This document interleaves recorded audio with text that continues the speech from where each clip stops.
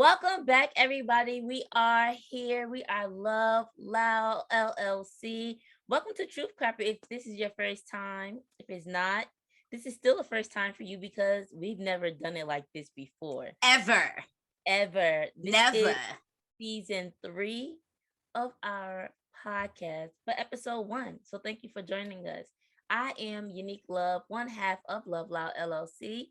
And I am Simone Loud. Super excited to be recording this today because video podcast is a new thing for LoveLoudd, okay? Y'all can see our faces, okay? We just made sure we was ready, made sure we was, coming up in here doing the right thing. With my hair. Right, flipping all the hair. I'm so excited about this. I don't know if y'all can tell by just how I'm beaming. It is the highlight, but I am beaming with excitement because we are on season 3. Don't know how many times I can actually say that, but this is season 3 of Truth Carpet, and we have so many things ready to give y'all in this season. It's so exciting. Shout out to consistency because we ain't gave up. We still doing the damn thing, okay? Right. Big fan. Thing. Oh, wait, go ahead. Before we started recording, I told Simone that I know what she was gonna say, and she was like, "What is that?" You said it 3 times already, at least. What? I'm so excited. I knew you were gonna say that. She's gonna guide throughout this whole episode, probably throughout the whole season. She's just gonna keep repeating that. But what I would say is it is dope. Like, I think we had about 16, 17 episodes each season. And I remember before we even started, we were like, how are we gonna do this? We're on 2 separate coasts. Even right now, we're on the same coast, but it was a blizzard. It was a blizzy or whatever. So we couldn't be together, but we're still making it happen. So that is really, really, really, really, really, really. So now y'all get to see how we act. Right. You get to see why we're laughing. Yeah. But what were you gonna say, bestie? I was saying how we planned to be in person because we're on the same coast now. That was part of what was supposed to be part of our video podcasting. Y'all see us together at some point, but as of right now, like Yaya said, because of the blizzard, we're separate right now. It ain't too safe to drive on the road. But I must say, as a girl from California, I am super excited about the snow, y'all. Like, forget all of y'all that grew up with the snow and you hate the snow. Yo, forget y'all, because I'll be like, there's nothing happy about the snow. Snow is depressing, blah, blah, blah. For those of us that didn't grow up with it, white blanket of snow is absolutely beautiful. Like, I remember the first time what was it? Sometime in January. Like, it was the first official snowfall since I've been here in New York. And I was amazed. Like, on my way to work, taking pictures of all the the snow that I could see, sitting there to everybody, look at the snow. Family back home was saying, like, it's so beautiful, it's so nice. I'm like, I know, y'all, but it's cold. Yeah. But that's not the major part. Like, we on the West Coast, on the East Coast. She's from the West Coast now. Good night. We think the same thing. Yes, it's beautiful when you're inside. Yes, it's beautiful to play with real quick. But we think about the after effect. We think about how it's gonna shut down everything, people sliding, the dangers, the piss from the dogs, the dirt, the puddles, the slush. Like, we think about all the after effects. So yes, it's cute when it's falling down and when it lands and it's clean, but afterwards, forget about it, honey. Or me last night shoveling. Girl, well, I don't have to worry about shoveling anything. But like, cleaning up my car, I was like, bro, I gotta use this car tomorrow. But obviously I didn't use it today. So I'm like, that is the main thing. I remember when I was on the bus on my way to work when it first started snowing, and I saw somebody outside with like a broom taking the snow off their window, and I was like, it was a broom. They was sweeping the snow off their window. I was like, I couldn't imagine having a car, living a place where it snows and actually having to drive in it. No, thank you. Absolutely not. I don't even like to drive when it rains. I can't imagine driving while it's snowing. I had took an Uber yesterday, and I'm like, the Uber driver, he held it down. He knew how to maneuver in that snow, because I don't even think they had got all the snow off the street. It was still early. So so it was a very interesting drive I had, but he knew what he was doing. He was maneuvering properly, got into my destination safe. And I was like, this is a really nice little drive I'm getting this morning with this white snow. It was so much snow actually that I thought that I was gonna fall through the snow, like walking through it, but I actually landed right on top. Like it was enough snow for it. I didn't fall through. I was like, oh, okay. I definitely thought I was gonna be you thought it was deeper than it was. I did, but I my foot never actually touched the sidewalk. Like it was just enough snow for me to literally walk on top of the snow. I didn't fall through. Yeah. Girl, I remember one time me and my mom were walking to the gym and the snow was like, it was really high, but some of the layers, I guess, was ice. So like we're walking on top of it, and then when I got to a certain point, I started breaking through. I was like, Mommy. like I was so scared. Like, and it was deep as far as like maybe my calf area. This was, I think it was it last year, or maybe the year. Girl, COVID time, the year just blend together.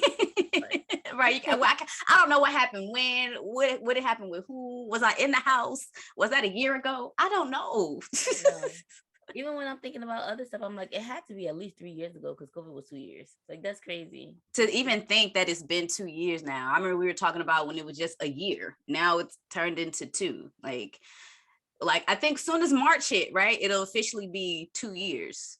Yeah. As soon as when you got that email from the airline. Sorry to remind you, but that's the way that I remember. My 30th birthday, I was supposed to be going to Amsterdam. I'm gonna be salty about that forever. I mean, I'm gonna make it to Amsterdam one day, but the fact that it hit and my flight got canceled to go out of the country a week before I was supposed to leave, like, I had to bring that up, yo. Like, that really hurt my spirit, and I don't even know when I'll be able to go. We still have a credit for the hotel because they will not give us our money back. They're holding on to that money. They really holding on to it. At least you have the credit, because I was talking to one of our friends and they canceled that person's credit. They were like, well, you ain't have insurance anyway. It's been 2 years, so sorry. That's messed up. I mean, there should be at least some type of understanding because of the, I mean, I paid my money. I get both parts, because then kind of it's like they already recycled that money, and then looking forward, then they got to basically, in their eyes, kind of give a free trip. But on my part of who paid for it, it's not a free trip because I never took the trip. Exactly. I still spent my money. But in regular times, it's still a loss. So I don't know. It sucks. I feel bad for y'all. I do feel bad for anybody that didn't get their money back for a trip that they put into during the pandemic. Like, that's crazy. I probably would have fought hard for that. Like, hold on, I need my coins back in my bank. In my piggy bank. I only say probably because sometimes I just take a loss as a loss, and I don't really try to fight too hard for nothing. I'm like, is it really worth me adding this? It was $700 in my life. Oh, well, if it's that much, then yeah, absolutely. Oh, absolutely. I want my money back. I'm thinking maybe $100-$200 or something like that. Can you get it back? How much of a loss is it really? But $700? Run that back, please. Thank you. But are you ready to flow on into this here episode? You ready, girl? Are you ready? Are you ready to give the people what they've been waiting for? Because our last episode was that August, September, sometime back then. But now we in February, giving the people what they want. Oh, yes. What they want, what they need. Oh, yes. We're about to give it to them. Hey, give it to them. Okay, no, for real. All right, y'all. So if you're new to this show, Monie is going to give us the campus rundown so you can have an idea of what we're going to be talking about. We're going to be going through. What is LoveLoudd Truth Carpet all about? What is it? And I'm going to give y'all a true rundown, too. This time, I usually be playing games, but now I got to focus because the camera's on. The camera is on. The camera's looking at you. The camera's looking at me. The people are looking at us. Okay. All right. All right. Time to behave while I, Miss Loud, give you the campus rundown. And for those of you that don't know, for those that are if this is your first episode tuning in, the reason why we call it the campus rundown is because Yaya and I are best friends. We met in 2008 at Clark Atlanta University, and we met during an icebreaker, which is why during the campus rundown, the first thing that we do after our introduction is an icebreaker, where we get to ask a question Y'all get to know us a little better. And today we're going to be asking a question about what makes us feel most comfortable. Next up, after the icebreaker, we have Sweet 223. And Sweet 223 comes from the dorm that we lived in college, room 223. Okay.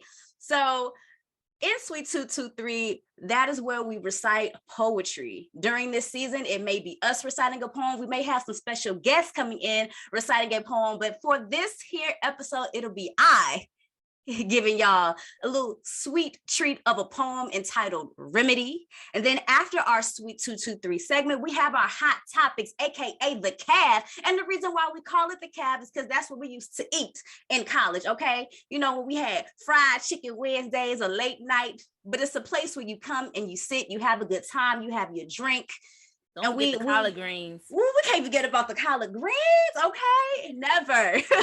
But that's where we come, we sit, we have a good time, we have conversations, whether it's us or we have a very special guest. But today it is just going to be the two of us, and we are going to be talking about Black hair. It is Black History Month, so you know we had to have something Black going on up in this space right here. So we're going to talk about perms, natural hair, our memories of what we had, of what our hair going on, what we love about our hair, what we haven't loved about our hair, just everything that has to do with Black hair, products we love, blah, blah, blah, blase. Tune into that segment to know exactly what we will be talking about, okay? Then after our Hot Topic Cab segment, it is time for dorm stories.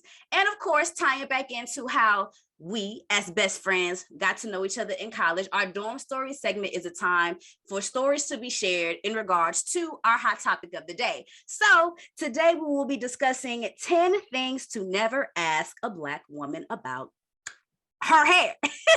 And that is from the Natural Club, y'all. If y'all don't know the product Natural Club, that is where that information will be coming from. Then last but certainly not least, we have our community news, which we'll be giving y'all information, announcement, things that are coming up, things to look out for, sales, contests, whatever LoveLoudd has going on that you need to know about, that is where you need to be tuned in to just get a little taste of things you don't want to miss out on. Okay, you got the whole show, and then you got news that you need to hear. Did I give them the full coverage rundown, or did I not? You did so.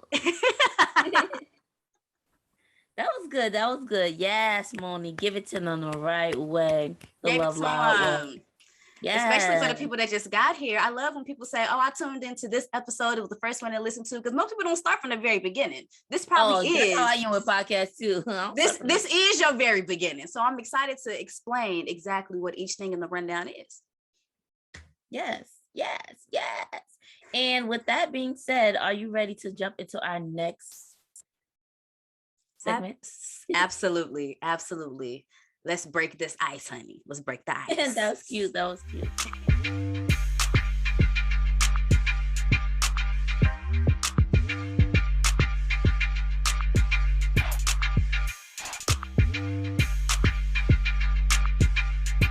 Hey guys, welcome to our Icebreaker segment. Today's question, like Monie said earlier, when is it that you're most comfortable with yourself?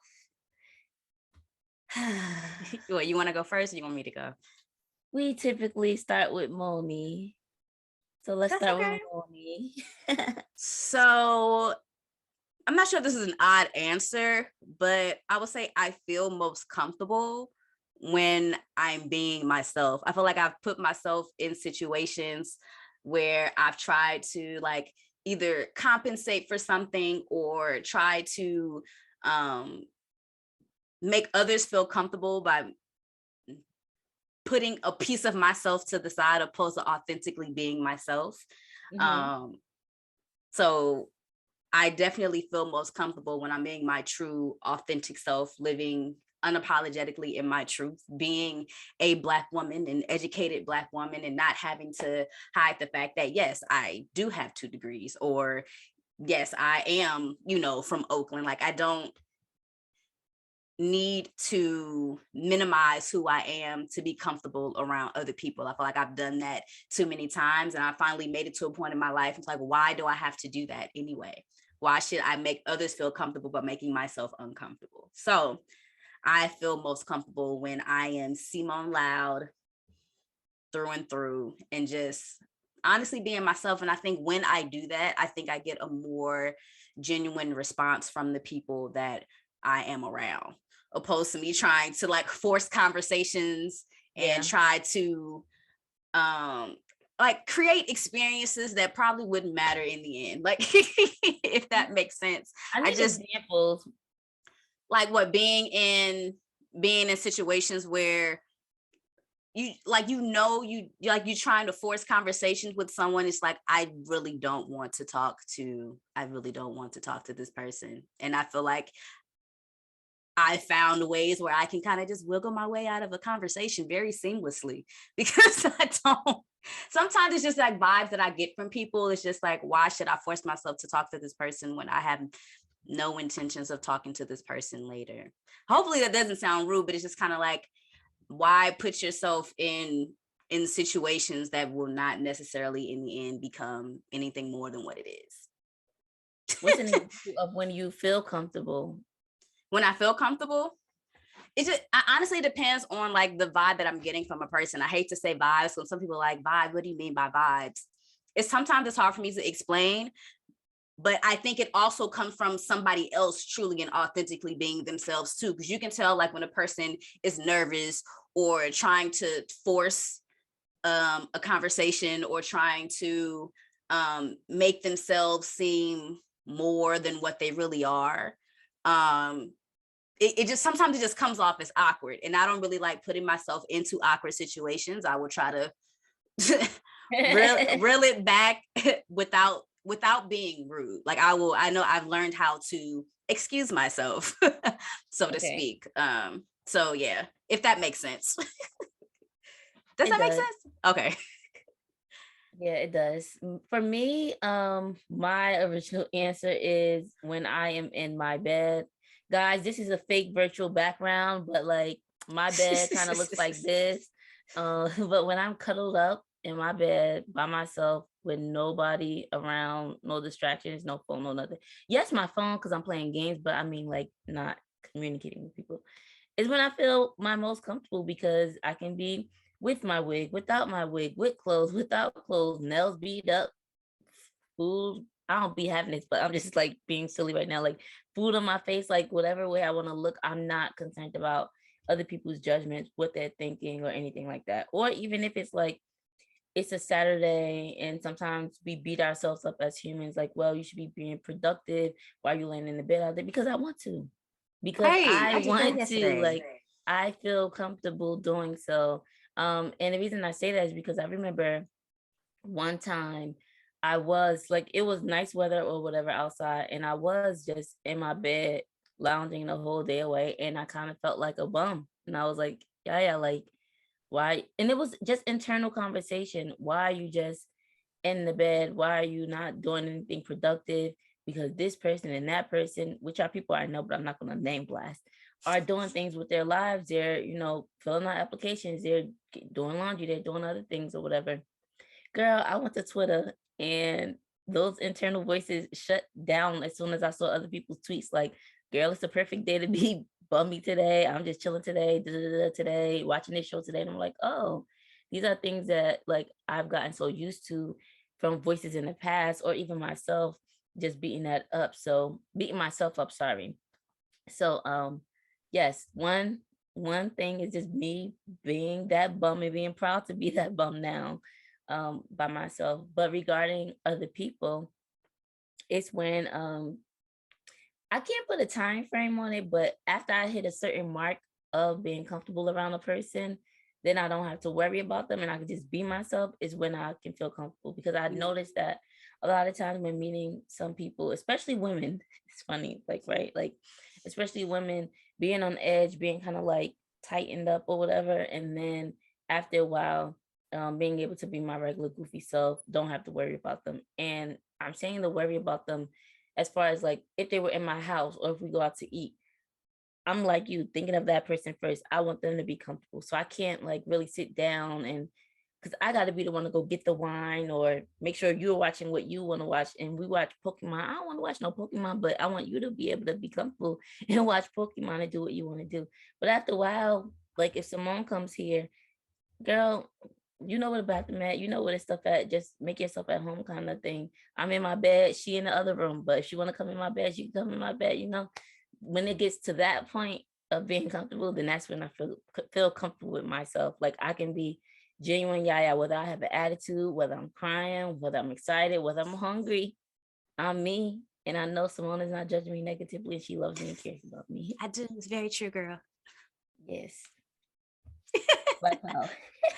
I think in regards to being comfortable, I think for anybody, but y'all please comment down below and let me know if I'm wrong. But when it comes to being comfortable with yourself, it's also a part of like being honest with yourself. Like giving yourself the love and value that you need, like putting that into yourself first in order to present yourself to the world. You know, it doesn't really, I don't think whether it's like work, home, you know, going out to like an event or something like that. I think when we put ourselves first in regards to what we want and what we deserve, we feel more comfortable in the spaces that we put ourselves in. Like sometimes it comes to just taking a risk to just kind of allow ourselves to be more vulnerable. And for some that can be hard in whatever situation, whether it's trying to go talk to that person about a promotion or trying to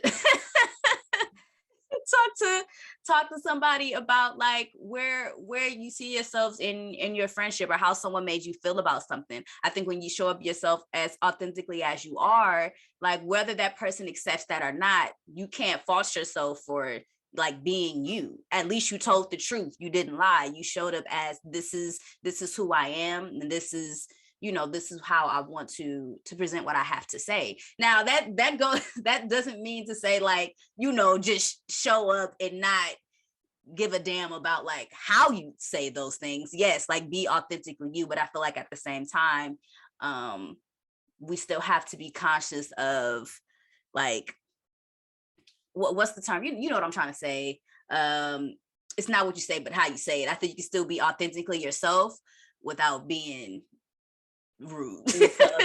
Right. You can still be yourself without being mean to somebody else. You know what I'm saying? Yeah. I also think that goes into what you said earlier. Like it's still in my head of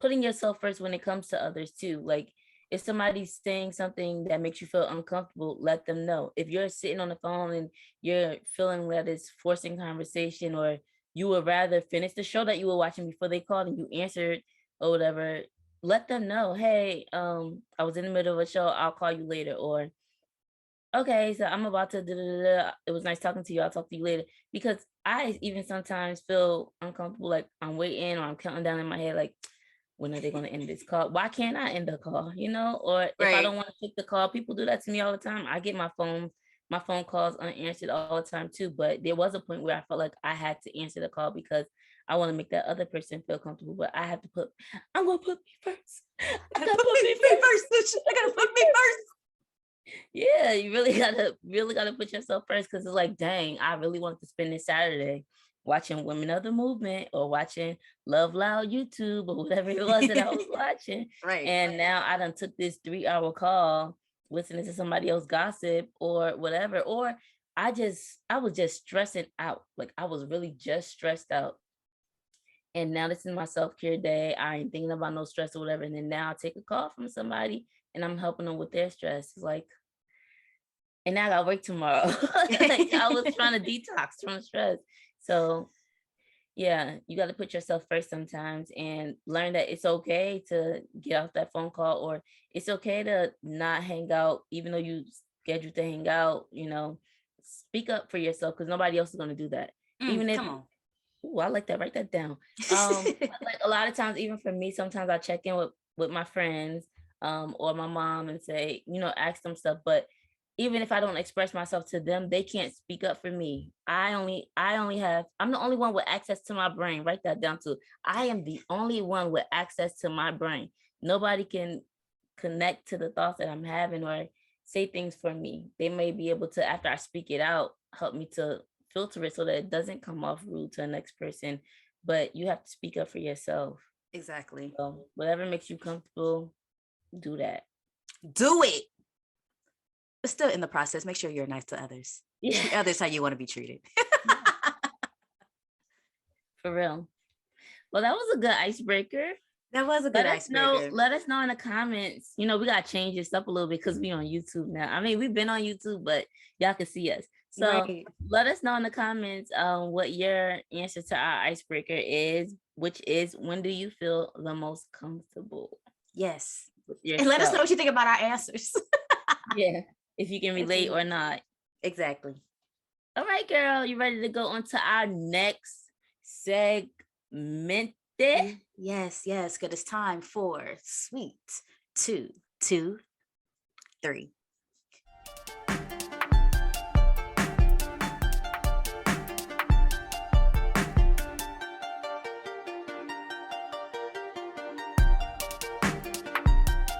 Hello, everyone, and welcome to this segment entitled Sweet 223.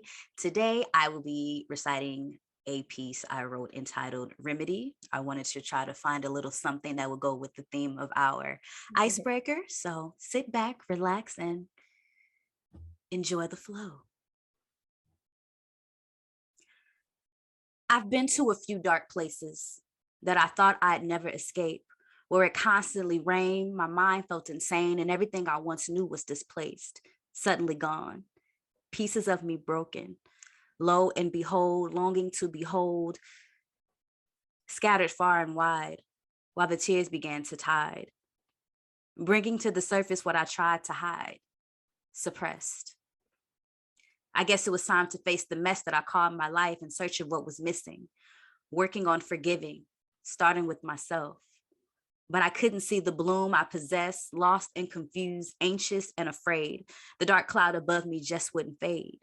There was no sun. Happiness was absent, and I was stagnant, not knowing where to turn or who to call, cautious of being a burden, certain I would make others fall, drag them down with me, yet simply, I just needed someone to listen, minus the judgment, open to any subject that altered my focus, like the lotus that reminded me of beauty, or the rose that reminded me of pain. How if I lost my grip, I would quickly slip into the place I said I'd never go again. So I find myself here, sitting with my running thoughts, yet less distraught, allowing myself to feel what I feel, the trauma unreal, but it happened. More work to cover it up than just accepting its existence, a persistent knock, a wake-up call, the alarm disrupting my dream. Everything really is as it seems. I have to take it for what it is and remind myself of the kid who had no doubts and no fears, just enjoying the life they had, the good, the cheers.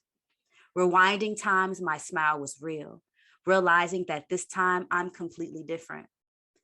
Not hesitant to be myself, expressing what's deep within, unmoved by the energy trying to disturb my peace. I may still be learning, but in the moment I cease, slow down. Remind myself I am human, my emotions truant, but I embrace them. Keep them close, no closed doors or locks, no walls to climb. I reach the incline and spread my wings. Breathe, take the risk. Now I'm flying effortlessly. And that's my piece, y'all. Yeah, That is Remedy. That is Remedy. that was good. So if you're new to Sweet 223, what we like to do is break down the poem a little bit, ask the poet the inspiration or what was the muse for this poem. Also, typically I am typing away in the chat to have notes or whatever, and I didn't bring like a notepad or anything, but there were so many good lines. So much wordplay that's my favorite thing, y'all. Wordplay. I love wordplay. So much wordplay. I know there was something about a lotus, the rose, your emotions or your feelings being trumped. I like that. I like that part. It was so many good things that were in your poem. So let's just start with the question of, what was, like Kelly Rowland, your motivation? My motivation was myself. I wanted to write something that told the story of going through something, finding your way out of it, and making a conscious decision to not go back. So I had went through a point in my life where I was really depressed, and I started to go to therapy in order to get myself out of that. So I wasn't sure if what I was going through, should I be talking to my friends? Should I be talking to my mom? Should I be talking to my sisters? I wish I could talk to my nana, but she's not here anymore. Should I be speaking to myself? Should I just write these things down? Like, who do I go to specifically talk about these things? So I made a conscious decision to finally decide to just go to therapy.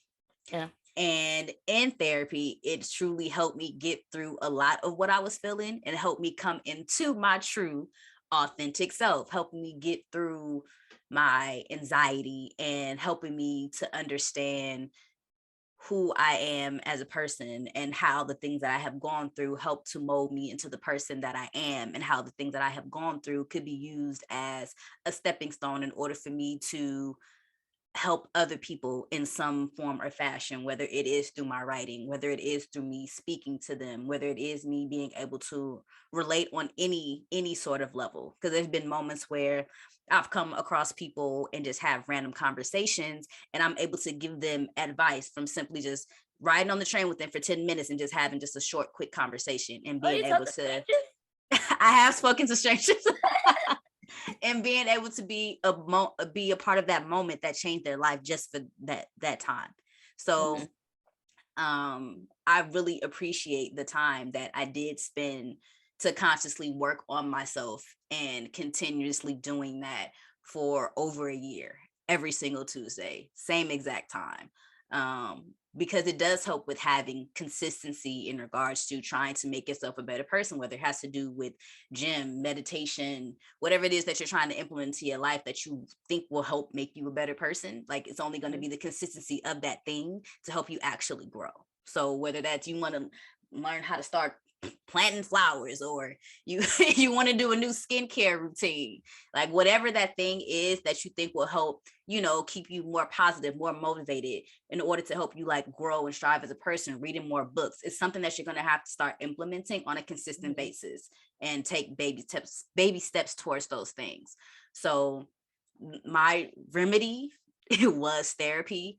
And because I chose to make that decision, that I know I feel like a better person. And it doesn't matter if somebody else considers me to be a better person or not. I know how I do things differently. I know how I speak to people differently. I know how I put myself first differently. And I'm not the same person that I was when I first stepped through that door and had my first session. So I'm like, it's back to self. You have to like, why do other people's opinions or perspective of you matter? You have to give yourself credit and trust your own judgment of yourself. Right. And then it also goes back to me knowing, like, in positions of when I do feel uncomfortable, me making a conscious decision to be like, am I uncomfortable because I'm literally uncomfortable and I don't want to be in the situation? Or am I uncomfortable because I need to get comfortable in being uncomfortable, whatever that situation may be? Am I putting myself out there in regards to being vulnerable and I'm trying to reel myself back? Or is it literally a situation where I'm like, no, this doesn't feel right, this is giving me bad energy? Like, being able to decipher between those two things. So remedy, y'all, I hope y'all enjoyed it.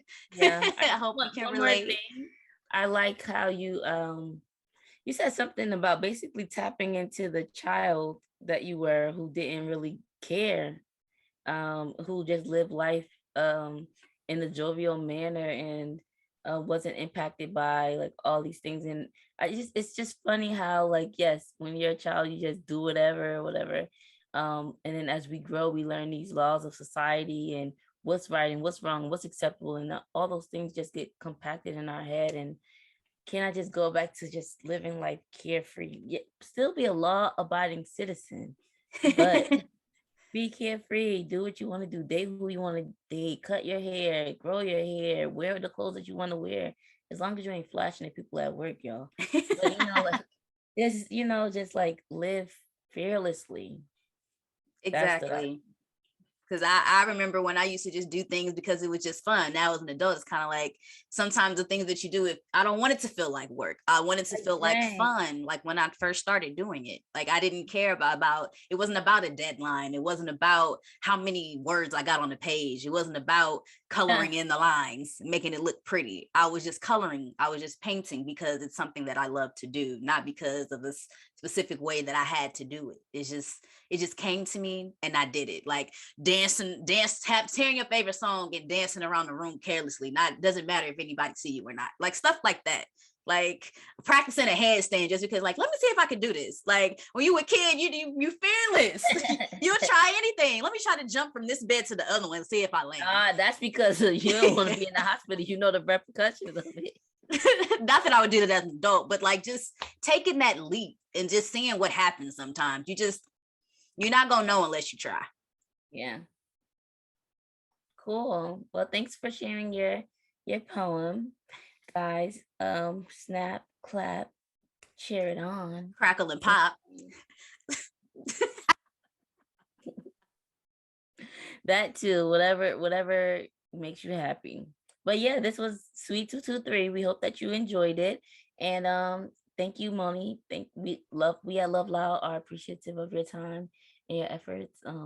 Yeah, thank you for having me. Yes, thank you for having me. I appreciate you having me here. Ooh, what? Because I'm excited. Oh, okay. It's the next segment, girls. The next segment. What's the next segment? We haven't done this in a while, so I'm ready for you to give them a little hoo hoo hoo. I said I was gonna put this water on camera, but you can't be parched. You can't be parched to announce the segment. If y'all wanted to know what be happening when the camera's on, okay, bring me in. You gotta ask me a question. All right. Are you ready to head into the next segment? Yes. Give it to him, girl. Hot topics. Ooh, that was a good way to bring it in for episode 1 on the Thursday. Okay. You've been practicing? I wasn't, but it's been some months, so my body was ready. Y'all, she be practicing. She be like, hot top. Oh, yeah.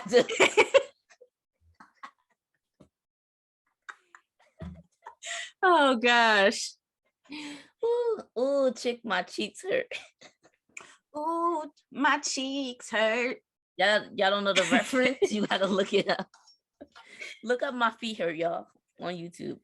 All right, but let's get into the hot topics. Yeah, let's do it. Hey, y'all, welcome to our CAF segment, which is also known as the hot topic segment. We like to call it the CAF because, again, if you didn't just scroll to this part, we are roommates, we are best friends, we are sisters from the illustrious Clark Atlanta University, which is a historically Black college or university. And if you went to a Black school, probably at any school, that's where a lot of people like to hang out. A lot of the great discussions, the silliest things come up inside of the CAF. So this is where we're going to have our hot topic segment. Right, you don't want to be left. You don't want to miss the CAF. You don't want nobody to go to the CAF without you. Like, dang, you didn't ask me if I wanted to go. It is hurtful. It is hurtful. Run that back. I'm not I can't talk to you for a couple of hours. You went to the CAF without me. Like, just leave me alone. It's hurtful. It's hurtful. Like, and when we had the unlimited swipes, I'd be like, nah, come back. Come back to the CAF. I got you. Come back. I'm sorry. I can go twice. You gotta go back. You know you want some more chicken and pizza. Right. You know you hungry. Come on. Mm-hmm. And even if you're not. But yeah, so this week, this episode's topic is Black hair. We have some questions that we're gonna roll out and answer during this segment. Are you ready? Yes. Oh, and while you're listening, I forget this is new for us. You can answer some of the questions down below. We will interact with you guys or you pals in the comments down below. So our first question that we're going to jump off with is, what is your earliest memory of having a perm or relaxer? I never knew it was two different things when I was younger, but what's your earliest memory, Monie, of having a perm or relaxer? My earliest memory is the Just For Me box. Just for me. You ever, it was Yes, like the white, it had a pink, and song. green box with the girl on the box, the ponytails or the little straight hair. Or the little Just Shirley Temple Carol, whatever right, she little with had. the knockaballs. My earliest memory is of the Just For Me box, sitting in the kitchen, having my hair parted, you know, getting it all the perm stuff in there, you know, getting them roots straight, Yeah. laying on the kitchen counter, laying on the kitchen counter with my Get head in the washed sink, out. getting the hair washed out, you know, blow drying it out, flat iron, you know, all that heat and processing and hot comb on the stove to get the edges. Or my mama also had like the stove that you can put the curlers in. You would Yes. thought we was at the beauty salon, a little clink clink, little heat. Like I've Little had shank. a little shank thing, all of that. I done had burns from a curling iron right here on my ear, or like taking a spoon and putting it over your ear so you don't have that heat. So you don't have the heat on so That you don't get one. burnt. So you don't the top of your ear don't the tip of your ear don't get burned. You got to put the spoon over your ear, all of that. Pressed and combed on the stove, flat irons, just a lot of heat, a lot of processing, a lot of knocker balls, a lot of barrettes. But I know as a child, I do not have a memory of just having just thick natural hair. As long as I can remember as being a child, I was getting a perm. How old do you remember? Like, do you know what age you were when you got your perm? When you started getting perm? Ooh, the earliest I can remember being probably like 5 or 6. I probably was maybe not even that young. I don't know if I was younger, older, but I'm gonna say like 5 or 6. Yeah. I'm gonna probably around then. Cause Just For Me was for little girls. It was just for you. My mama will probably correct me, but I feel like 5 or 6 is accurate. Cause I was in Mhm. kindergarten. I had like straight hair, ponytails and stuff. So yeah. I don't have any pictures of me with like little puffs or anything like that. So I had to be around that age too, like around that age too, whether it was getting hot combed out or permed out. My hair was always straight, but the earliest memory for me would be sitting between my mom's legs, telling her to make sure she got all the parts and everything, make sure that everything was straight or whatever.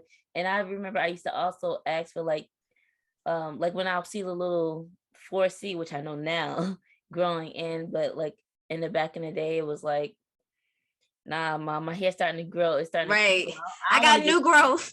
yeah, I got new growth. I don't want to get teased at school. And my mom would say, well, it's too early. You just got one 2 weeks ago, whatever. And I'm like, well, I used to beg for a halo. Like, can you just give me a halo, which is when she just do around like the perimeter Mhm. of your head or whatever.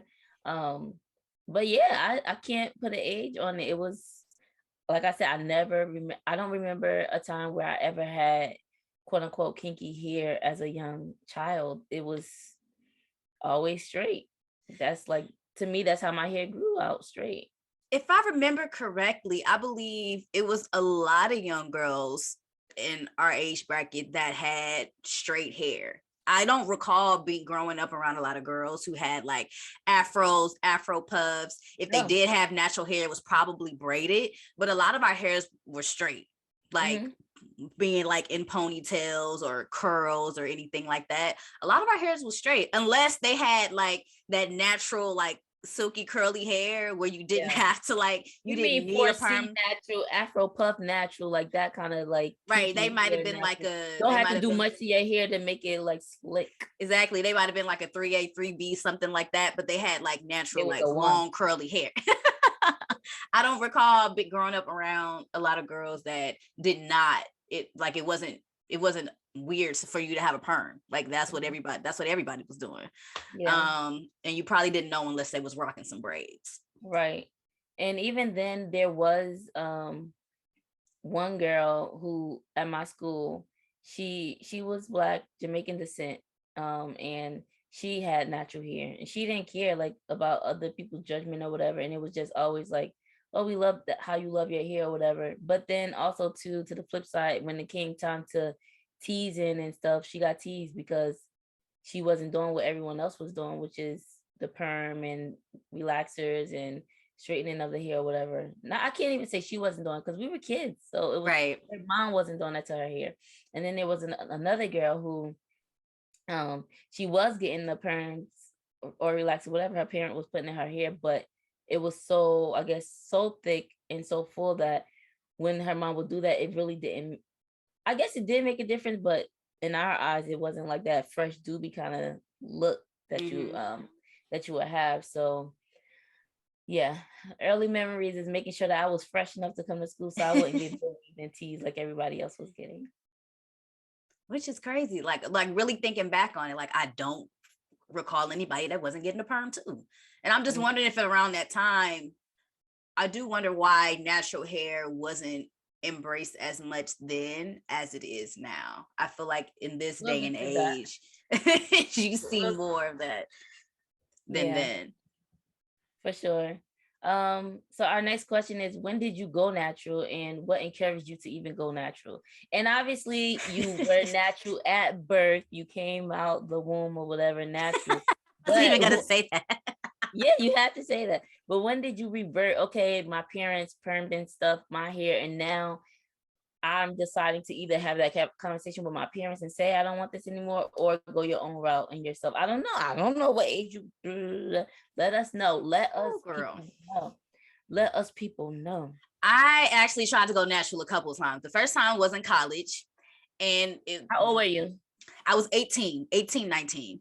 And the only reason I decided to go natural is because I didn't know how to perm my own hair. Yeah. But at one point, I had so much undergrowth that I was like, I can't rock my hair like this. Like it was straight, and then it was like maybe an inch or two of undergrowth. It was so thick and I couldn't comb through it. And since my hair had never been like that, I was like, I'm gonna have to learn how to perm my own hair. And I did. I ended up going to the store, having my mama talk me through it on how to perm my own hair. So I was like, well, since I don't know how to perm it, I guess I'm just gonna grow it out. But when I first started doing it, it didn't feel right. It didn't look right. And I was like, well, I guess I'm going back to a perm then. So I started learning how to perm my own hair and dye my own hair at 18, 19, because I didn't know what to do with my hair anymore after a certain point. Like me trying to do like some flat twists and get it right. And then I didn't even know what products to use, trying to start to go natural. There weren't many conversations about going natural at that time. So I was like, so either I had put a wig on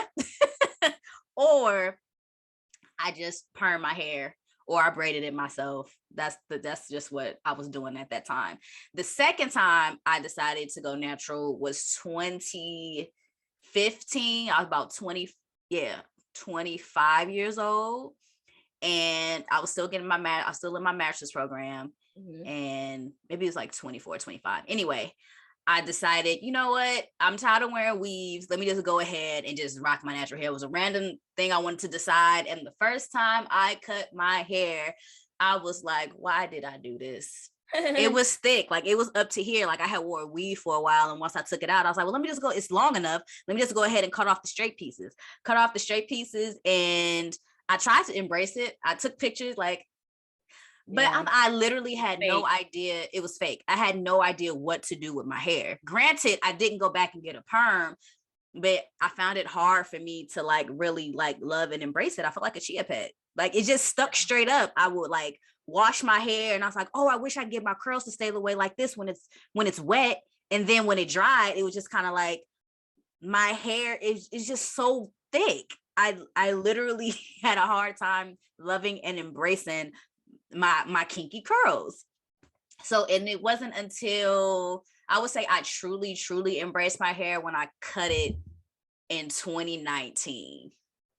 And it was the first time in a long time, because by then I had been growing my natural hair out. Like y'all may have seen on social media, I used to have a really big afro. So from that point in 2015, I just continued to grow my hair out, trying different products here and there, was still rocking a wig because I didn't know what to do with my hair.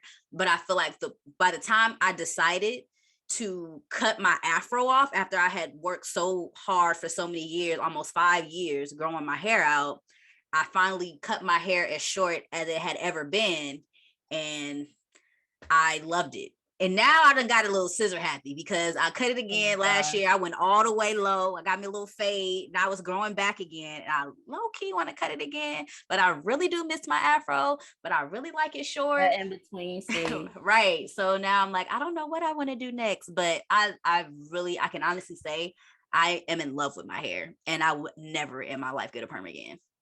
Okay. So before you jump into the next question, because you're already going into the next one, I'm gonna answer when did I go natural, and then you already started to answer the next one.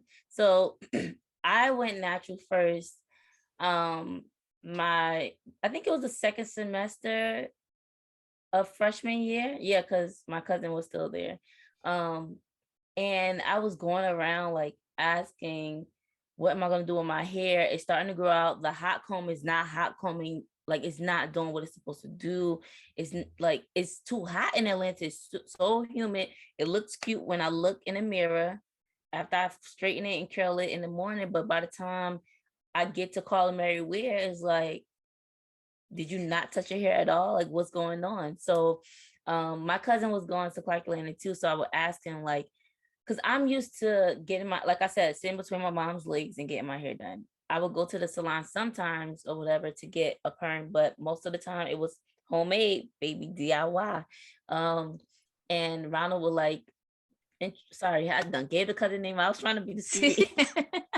My cousin would like tell me different people that he knew that I can go to, but once I would go to them, it was all, oh girl, well, I used to get a perm, but you know, Atlanta, first of all, it's expensive going to the hair salons to get your hair done or whatever. And then many of the salons too, at least that was around the school, were dedicated. They did mostly weaves or natural styling. So I was like, okay. So I was okay because I had my little credit card, and I would go to the dang, I forget, Castleberry Salon. It was so bougie in there. I remember Castleberry. It was so nice in that salon. They had the best products and everything, and I would pay them to do my hair. But after a while, and after learning, you know, the rules and how a credit card really worked, it was getting expensive. I was like, I can't keep doing this, you know.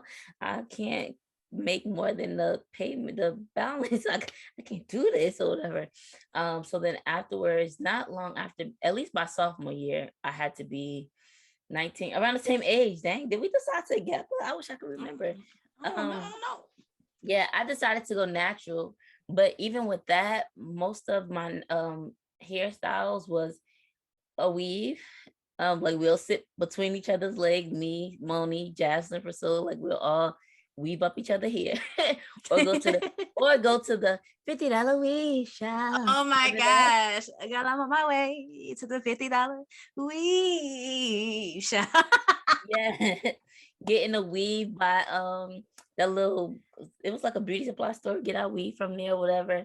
Doing all of that, but embracing the hair, it still wasn't what I would say now as far as bracing the hair, because then my appointments to Castleberry changed to getting my natural hair done. And then I after Castleberry closed down or my stylist changed, I went to the West End. They had a nice stylist there too to get my hair done, but it was straightening my hair. So yes, in a sense, embracing my natural hair, and my hair was doing the thing too, was doing a thing. But it was still the way that I was used to seeing it, which is straight, a doobie, like bouncing and doing its thing and shining and stuff. So yeah, but as far as embracing it, as far as like an afro and stuff, that didn't come until the second time I went natural, because I decided to get a perm our senior year. Right before we came back, I was like, dang, we're gonna be living in Westmar. We're gonna have a pool. I'm gonna be in a pool every day. It's Atlanta heat. I can't deal with, you know, my hair being natural. I do my hair, go to class, and then it's a mess again, like I said earlier. So I'm gonna get a perm. Came home, decided that for myself. I was like, go off. Yeah, you about to get this perm. Asked my mom if she could do it. She was like, well, I can't do it fresh because I had hair now, you know, like, and she was like, I can't do it fresh. I don't know anyone who would be able to do it. Just go to the Dominican shop. So I went to the Dominican shop. They permed my hair, baby. When they pulled out the product to put on my hair, I started crying. And I didn't cry initially. I wasn't crying because of emotions. I was crying because the product was so strong that it was burning, like making my eyes tear up. You know how like when you cut open an onion, Yeah. and your eyes tear up? It was like stronger than that, like, oh snap. And before I could tell her to stop, like, because now the emotions kicking in, like, I'm like, before I could tell her to stop, she already slapped some on my head. So I was like, you already got it done or whatever. I don't know how I kept the perms going in college. Like maybe I sat between Monie's legs or something. I don't know. I did quite a few hairs. You come to Lele's place. I had Yes, it was called Lele's place. To get my hair laid. But it kept going or whatever, and my hair it stayed nice or whatever. We got some videos on YouTube or whatever that if you want to go back and look, you can see. But then after graduating, I decided to go back natural. So I think around the same, maybe a year before you. So maybe 23 or 24, that age range of when I decided, okay, I'm done with the perms. I'm gonna go back natural. And then actually learning how to care for my hair, like what products to use. Because you said that you felt like a chia pet.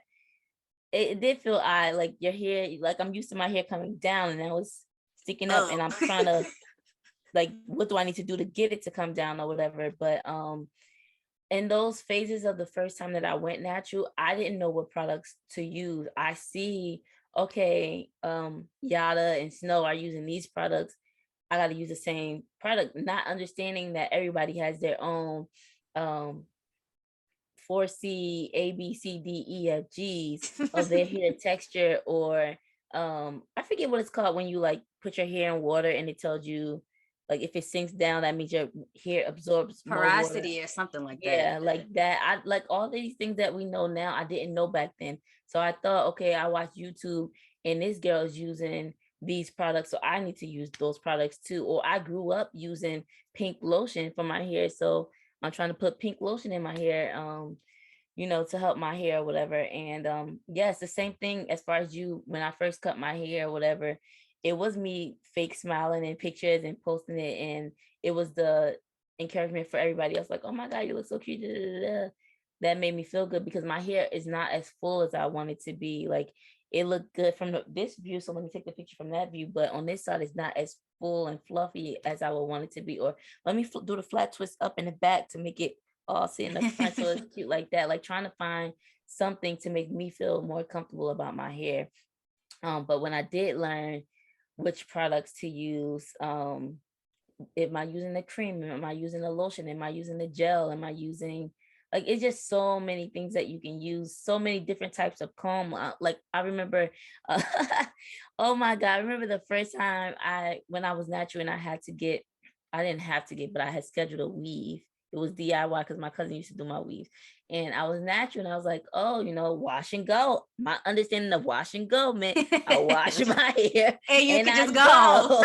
And I wash my hair. That's what I thought it was too. Yes. And I wash my hair, and while it's wet, it looked one way, but when it dried, we ain't gonna talk about how it looked when it dried. And I got to my cousin's house and she was like, you ain't blow dry? And I was like, no, it's a wash and go. She's like, yeah, you have to blow dry the hair.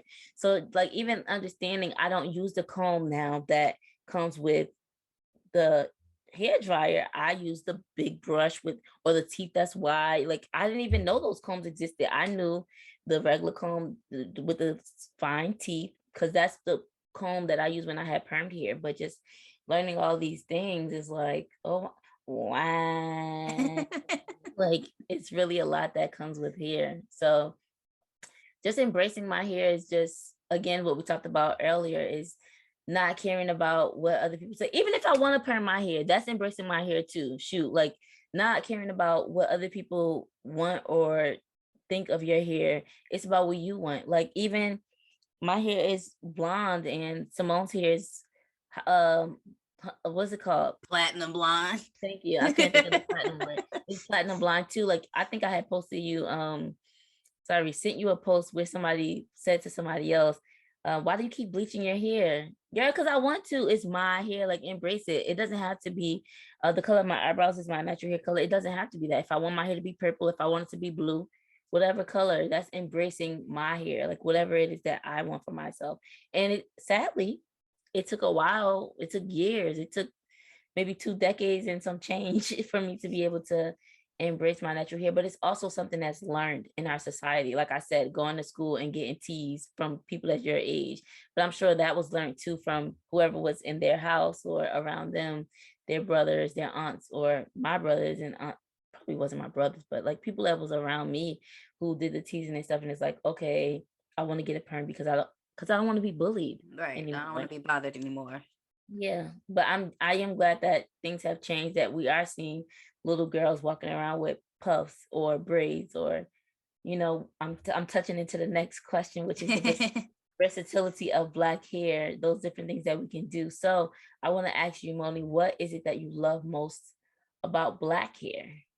The fact that you could switch it up at the drop of a dime. It doesn't matter if it's cornrows going straight back, whether I got a high bun, a low pony, if I got singles, if I got some juicy jumbo twists, if I decide I want to wear a wig, whether it be short, bantu knots, and afro puffs, half up, half down. If I still want to rock a weave, if I want to rock something that's down my back, if I want to rock something that just goes to my ears, like the versatility of Black hair is unmatched. I don't care what anybody says. I love the fact that even like just for me personally, I feel like no matter what hairstyle I rock, I always get compliments.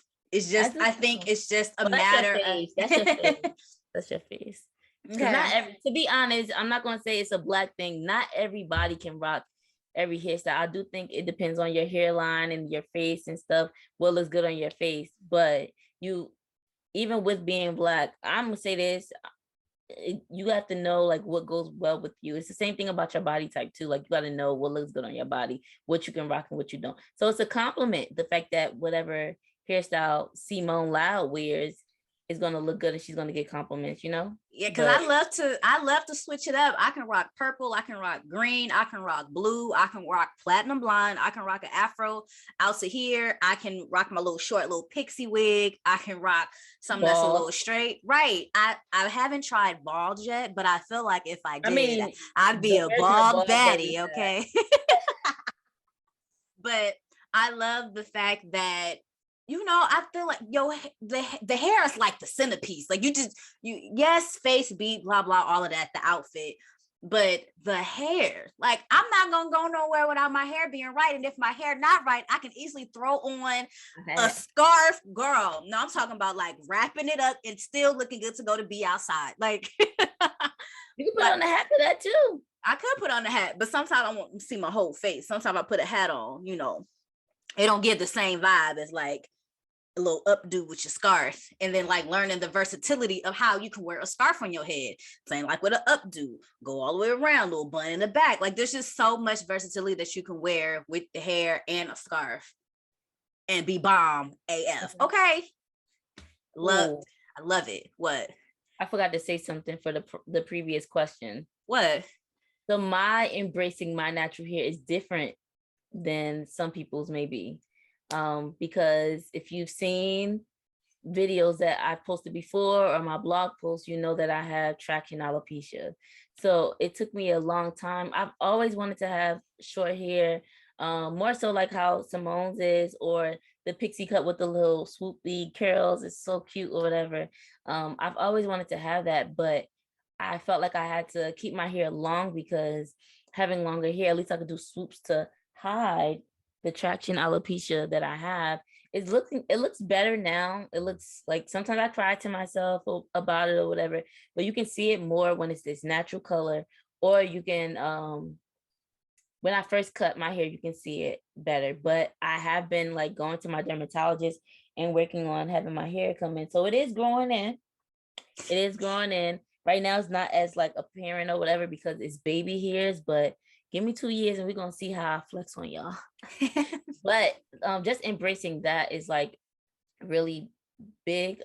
My friends and my family members have been saying, well, just embrace it. That's who you are. But that's something like tough for me I can hear y'all. I know that y'all love and care for me, but it's just tough when we live in a world who, well, I guess the world could be a person. We live in a world who, um, whether you're joking about it or whether you're serious about it, like trying to be malicious, trying to be mean, or you're just teasing and jokingly saying, oh, we about to snatch some edges today, or oh girl, where are your edges, like all these things. So I'm conscious of that and trying to hide it and trying to like be a chameleon so that I'm not, just the same way about the perm, so that I'm not teased and bullied about what I quote unquote lack. And yes, it's something that stands out, that makes you different, and embrace that and be unique about it. It's still something that hurts. So it's like still putting on like a front, quote unquote front of like, oh well, I'm gonna be happy and this is me or whatever, but kind of like a birthmark, like it's something that's different and unique about me, but also being cautious about it. So that is why I color my hair, because I'm like, oh, let it blend in a little bit more opposed to standing out and being obvious. But embracing it is finding what works well with me, what works well for me. So like just cutting my hair in 2020, was it? Yeah, in 2020. I just like felt so much like weight off my shoulder, literally, because wigs now, when I put the wigs on, I'm like, oh, this is heavy. Like it's hot. I remember the first time I put a wig on, I was like, bro, how did I do this? It is so hot, girl. I had gone to Dick's Sporting Goods, and I was inside the I was inside the trying on the fitting room trying something on. I was like, bro, it's so hot. I want to take this wig off. But then I was like, but people saw me coming in the store with the wig, so I gotta leave out with the wig. Like, it was so hot. Like, how did I do this? So just to be able to embrace that, and also like with being on these dating apps, because it's one thing, like I said, it's one thing when your friends say something, but it's another thing when strangers say stuff too. Is like, oh, like you cute. Like, yeah, you look cute with your wigs, but you look bad without your wigs. Right. Bad in a good way. If y'all don't understand bad, bad and like, yo, like she a baddie kind of thing. She Like, look good with a like T you at don't the end. need, yeah, like Simone said, like your hair is an accessory. So if you can go without your accessories, if I could take this necklace off, or and just still look cute, like you look cute either way. You don't need that to like try to hide who you are. So just embracing my true hair and what that is. It wasn't easy, but it feels good to, oh, I don't feel like wearing a wig today or whatever, just however I want to wear it. And that's one thing about versatility of Black hair as well. So I agree with Moni, the braids, all those things, even stuff that right now I say I can't wear, like the ponytails, like all these things. It's just so many options that we have, opposed to people who have other hairstyles. Their braids can't stay in as long because it's not kinky enough to hold, or they're being too knots. It looks sloppy. Like it ain't gonna look right. It just don't even look right when it just don't even look right. So yeah, just being able to change your hair up, whether it's every 2 weeks, whether it's every like some months, whatever. It's just having that option is dope. It really is dope to be able to do all those things. So yeah. But what is it that you like most about your own personal hair? I would have to say that I actually love my curls, to be honest. I found like what works and what doesn't work for my hair, being able to have, you know, work with it for so long now. Like I literally love my curls. Like I do got some 4B4C hair, but sometimes I can't even tell. Like I've learned how to keep it soft, how to keep it moisturized, make sure it's still smelling good, make sure my make sure the curls are popping. Like exactly. I love seeing the growth of my hair. I've loved enjoying watching the journey of how my hair has progressed and how my hair has matured. My goodness, I could not get that out. So even just from recently, when I first cut my hair off in June, and then I cut it again, I think in August. But even through that process of seeing how it's gone from me having a fade to now to see where it is now, and realizing how fast my hair actually grows. So I'm just like, I enjoy the journey of being able to love my hair more and more every day. Like if I don't love my hair, well, I got it on my head. Yeah. But yeah, I love seeing my hair grow and mature. And I'm excited to see how long I decide to let it grow before I cut it again. Because y'all, I do feel real scissor happy, and I'm trying to stop it. Clipper happy for me. I be pulling out the clippers. But what about you? That's what I like about me that I don't like. To me, it's not just here in that sense. Like it's just here, do whatever. Like your hair is the final presentation after you beat your face or whatever you're doing, and then you do your hair. It makes a difference of how your appearance comes off. But for me, like just whenever, like even when I had longer hair, cutting it, I didn't mind a little trim, a little cut, whatever. Like it was just in college, I stayed cutting my hair all the time. It's like, yeah, you cutting your hair again? Yes. I don't like it today. I want it to be a little shorter. It's not feathered enough. It's not this enough, whatever. Like just doing whatever to my hair. But I remember 2 years ago, actually a year ago, sorry, when I cut my hair to be this short, like this short. Um, I was like, yeah, I can't wait to I'm gonna be flexing with the waves. I'm gonna be having the waves. But waves ain't for everybody. My hair, my hair does not want to wave up at all because it wants to curl. And just being able to accept that was really dope. Like I was struggling, y'all, trying to like brush at the mirror, brush in the shower, like doing all the little tips or whatever. My hair is not for that. Maybe I can get somebody to do it for me. But um I remember when I was with Monie and she was like, my hair won't do that. So my hair does this little, like it's like little circles. Like when it grows out, it like does little circles. And I think it's so cool that it does that. Like, yes, I don't have to look like everybody else. My hair does its own little magical thing. And after a while, I was like, oh, this is pretty cool. Like it's not like a S, it's not waving, but it's like circling. Like, and that's really cool. So the fact that my hair has its own personality is really cool. It's really cool. Yes, hair with personality. Everybody's hair is different. Everybody's hair is unique. Everybody's hair has its own style. Embrace yours. Yes, Yeah, personality. I love that. yeah. But I'm really looking forward to like when this part grows in so full that it like stands out as thick as this part. It's like Yeah, see, my girls have like a little party up in here. They like dancing and stuff. They excited to see y'all. So what are some things or what are your thoughts of those who are not of Black descent who are wearing Black hairstyles?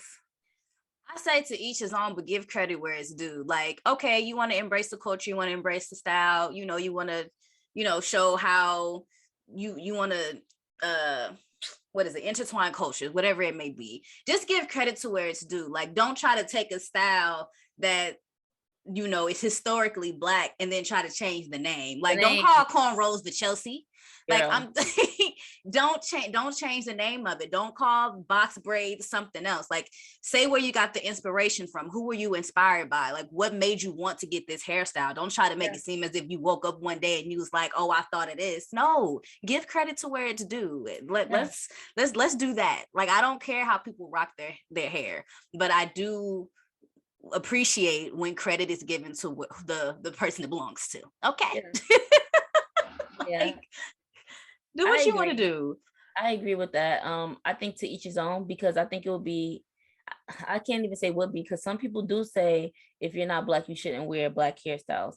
But we, as Black people, we rock white, quote unquote, hairstyles too. Like we buy the wigs with the straight hair, and we don't have naturally straight hair. So we do it too. We like to switch it up. But I agree with Monie.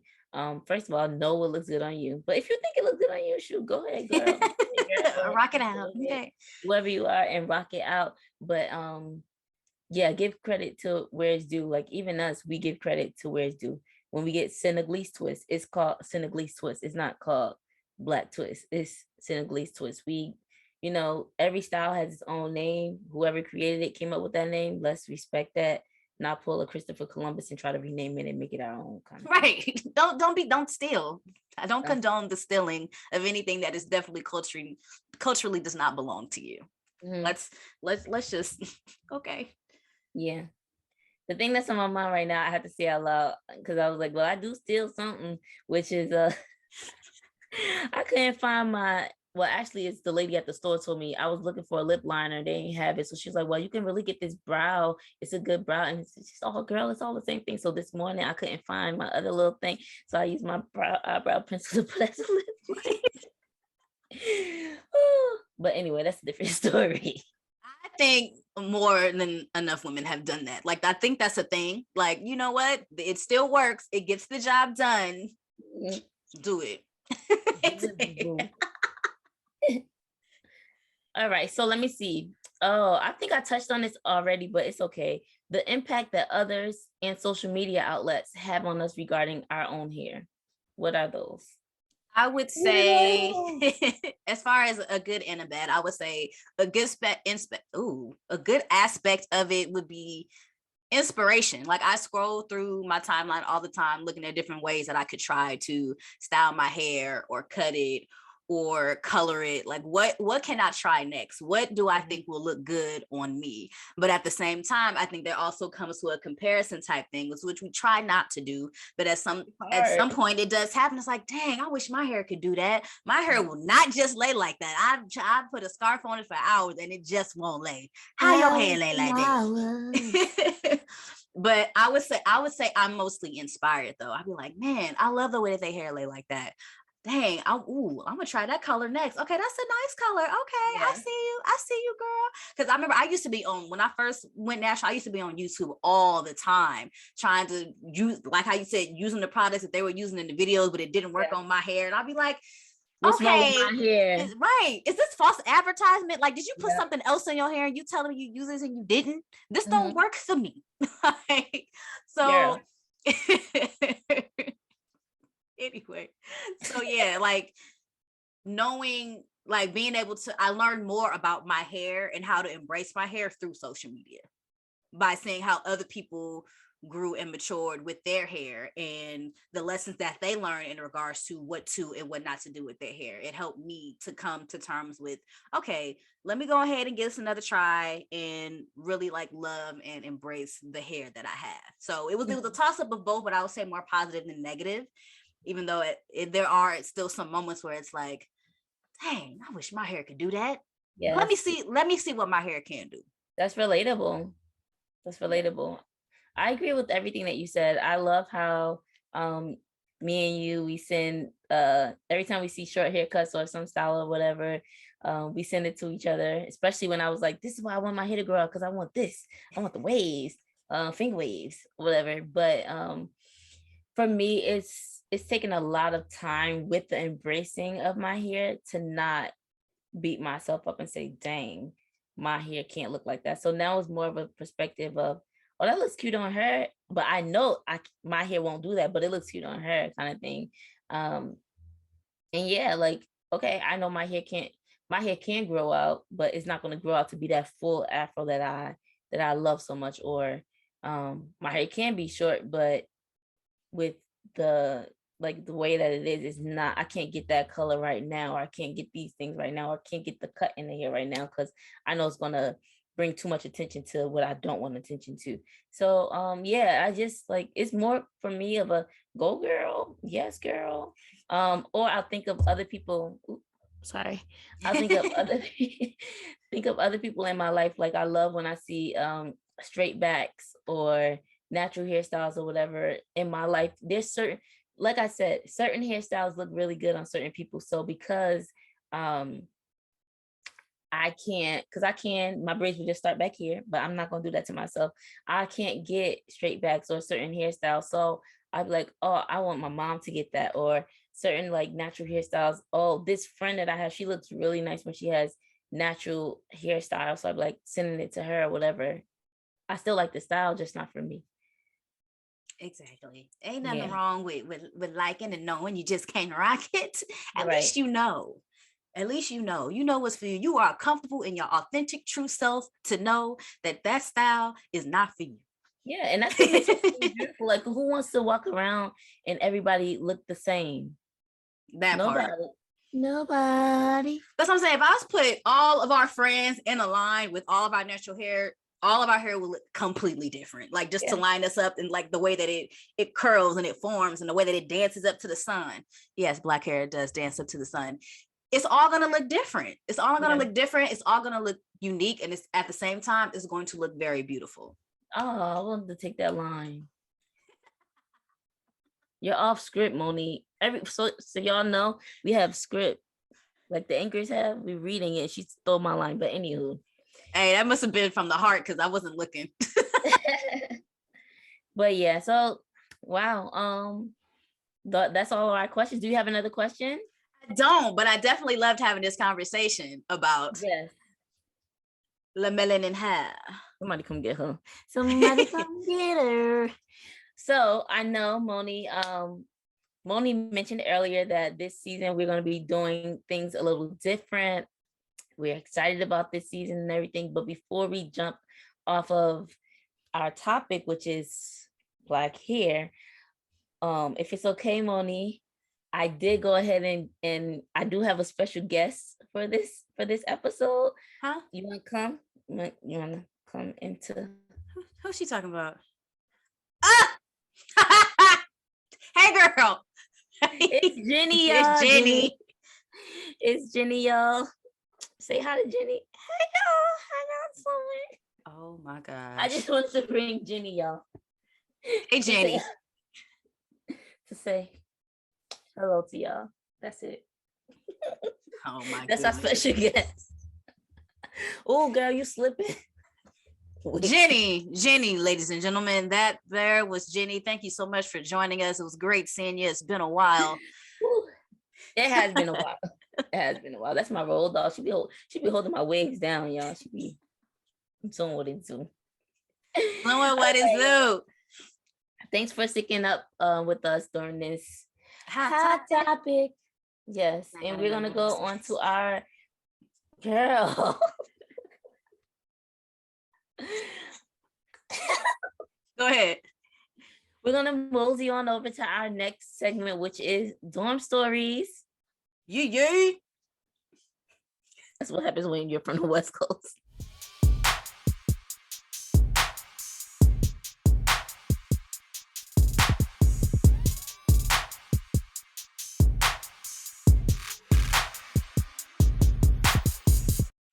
Welcome to the Dorm Stories segment. Y'all are still tuned in to Truth Carpet and you made it this far. We appreciate y'all listening. So in today's Dorm Stories segment where we share stories in regards to our hot topic, we bring to y'all a blog article from thenaturalclub.com, a collection of simple guides for your hair care lifestyle. This blog is entitled 10 Things You Should Never Ask a Black Woman About Her Hair. You ready to get into it? What's up?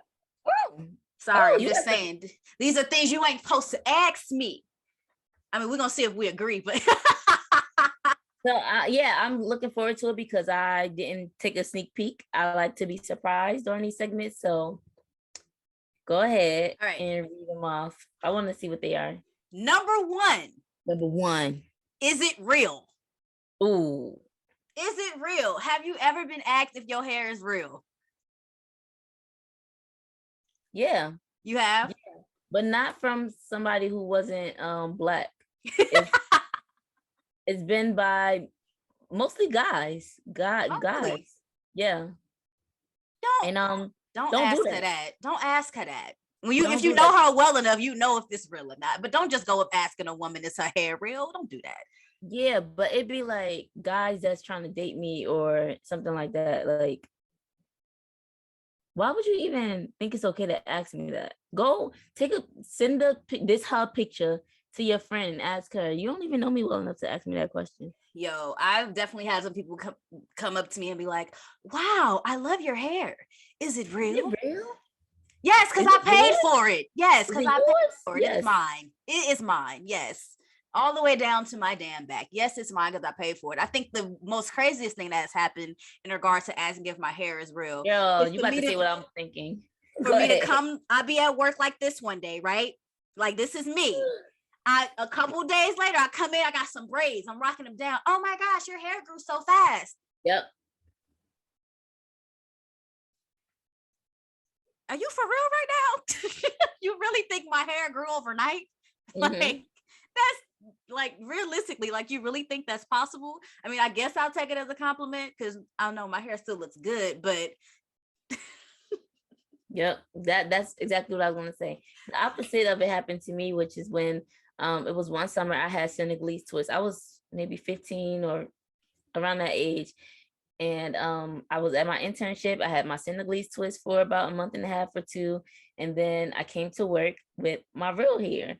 And the coworkers were like the grown-ups that worked there were like, oh my gosh, wow, I didn't even notice you at first. Oh my gosh, you changed your hair. It looks so good. I mean, I like your real hair, but I mean your other hair too, but why'd you cut your hair? And I was like I'm so thrown off, I'm a black girl from a black city, used to mostly black people around me. Like, and these are not black people asking me this question. I'm so confused. I'm like, oh, that wasn't my hair. And I'm a kid too, I'm green behind the ear. So, oh, that wasn't my hair. The shock. It wasn't? Oh my gosh, it looks so I thought that was your real hair. I thought that was your hair. Like, you did? No, girl. No, that wasn't mine. I promise you, I love when people be like, oh, I love your hair. I'll be like, oh, thank you. It's a wig I got it from Amazon. I sent you the link. Yeah. Love that one. Okay, let's go to number 2. Next one. Can I touch it? Hell no. Touch. Can you touch it? Like, I don't understand how a person can be so comfortable to ask another person if I can take my hand and you not know where it been for me to reach out and put it on your hair. Like, what do you mean can I touch it? Like, and some people don't even understand how rude of a question that is. Yes. Like, you don't expect me to be offended by you wanting to reach out and are you trying to pet me? Am I an exhibit? No, you can't touch my hair. I've had to literally lean back before and be like, no. Like, how are you mid-question and trying to, like, could you at least let me answer first? I'm still going to tell you no, but like, oh my God. Can I, you almost got smacked. Why would you do that? That's rude. One time my coworker came to work at another job and her hair was touched by a Karen that was at the job. And my coworker was nice and she was like, let me tell you something, lady. But she said the lady's name. I'm like, lady. Because we were all cool or whatever. Never touch a black woman's hair. And she was so like being nice to her. You never touch a black woman's hair. Oh my God. Like she took offense to, like the person that should be taking offense is the person who was touched without permission. But she took offense like, oh, why can't I just wanted to see it. It looks nice. I just wanted to touch it. But why do you even want to touch it? But I'm just telling you as a black woman, you never want to touch a black woman's hair. Like we just don't do that. And then she took it upon herself to basically interview the other white women on the floor and ask them about that question. And she was like, oh yeah, no, you don't do that. Like the other people were like, oh yeah, no, you don't do that. And she was like, I don't understand. I have black friends and they. No, she did not. And I don't think they will be offended or they let me, first of all, one, that's your friends. And two, this is a rule. It's an unwritten rule that I'm telling you that exists. And I shouldn't have to even explain to you why what you just did is not You don't know me like that. You don't know me like that. If you did know me like that, I'm giving you a token. It could have went another way. I could have just went to HR and said that you touched me inappropriately. But I'm being nice to you, and now you're combative with me about me being nice to you. Like, not to question my space about you messing up my aura, my personal bubble. My like energy, my DNA. Why are you touching it? Don't touch me. The next time we went to we were out the country, and one of my friends, her braids were long, like so long that when the people of a different culture were behind us, like reaching and touching her hair, girl, it was natural instinct. I slapped the person's hand. Don't, and they ain't speak English because I was on the whole side of the world, and they touched my friend. I was like, my friend didn't feel it because, like I said, because it's so long. The braids were so long and they were flowing like she was walking. And I know, like, you want to touch because it's so beautiful, it's so cute. Like, oh, how did she get her hair like that? Because I can't get my hair like that. It looks so nice. Like, wow, I can't believe it. It's so nice. But don't touch. Do not touch. Don't touch. Don't. And that was just a natural reaction.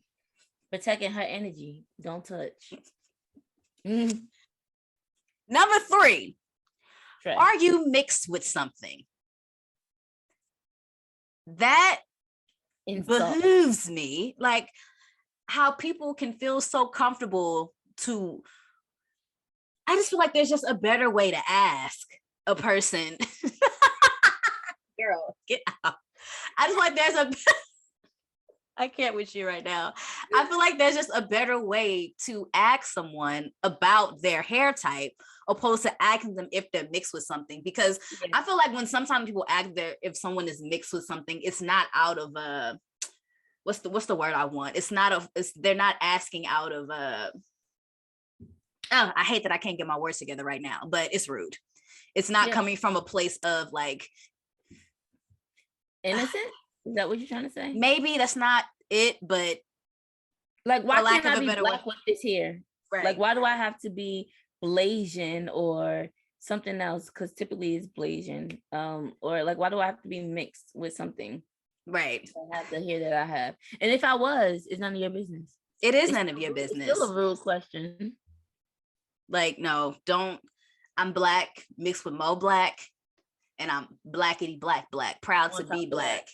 Right. I remember a survey once. I filled out a survey, and it was like, it asked me what my race was, and I put black, and then it asked me like if I wanted to input, like if I was like mixed with anything else. Yeah, an extra ethnicity, and it had black as another option, so I clicked black again.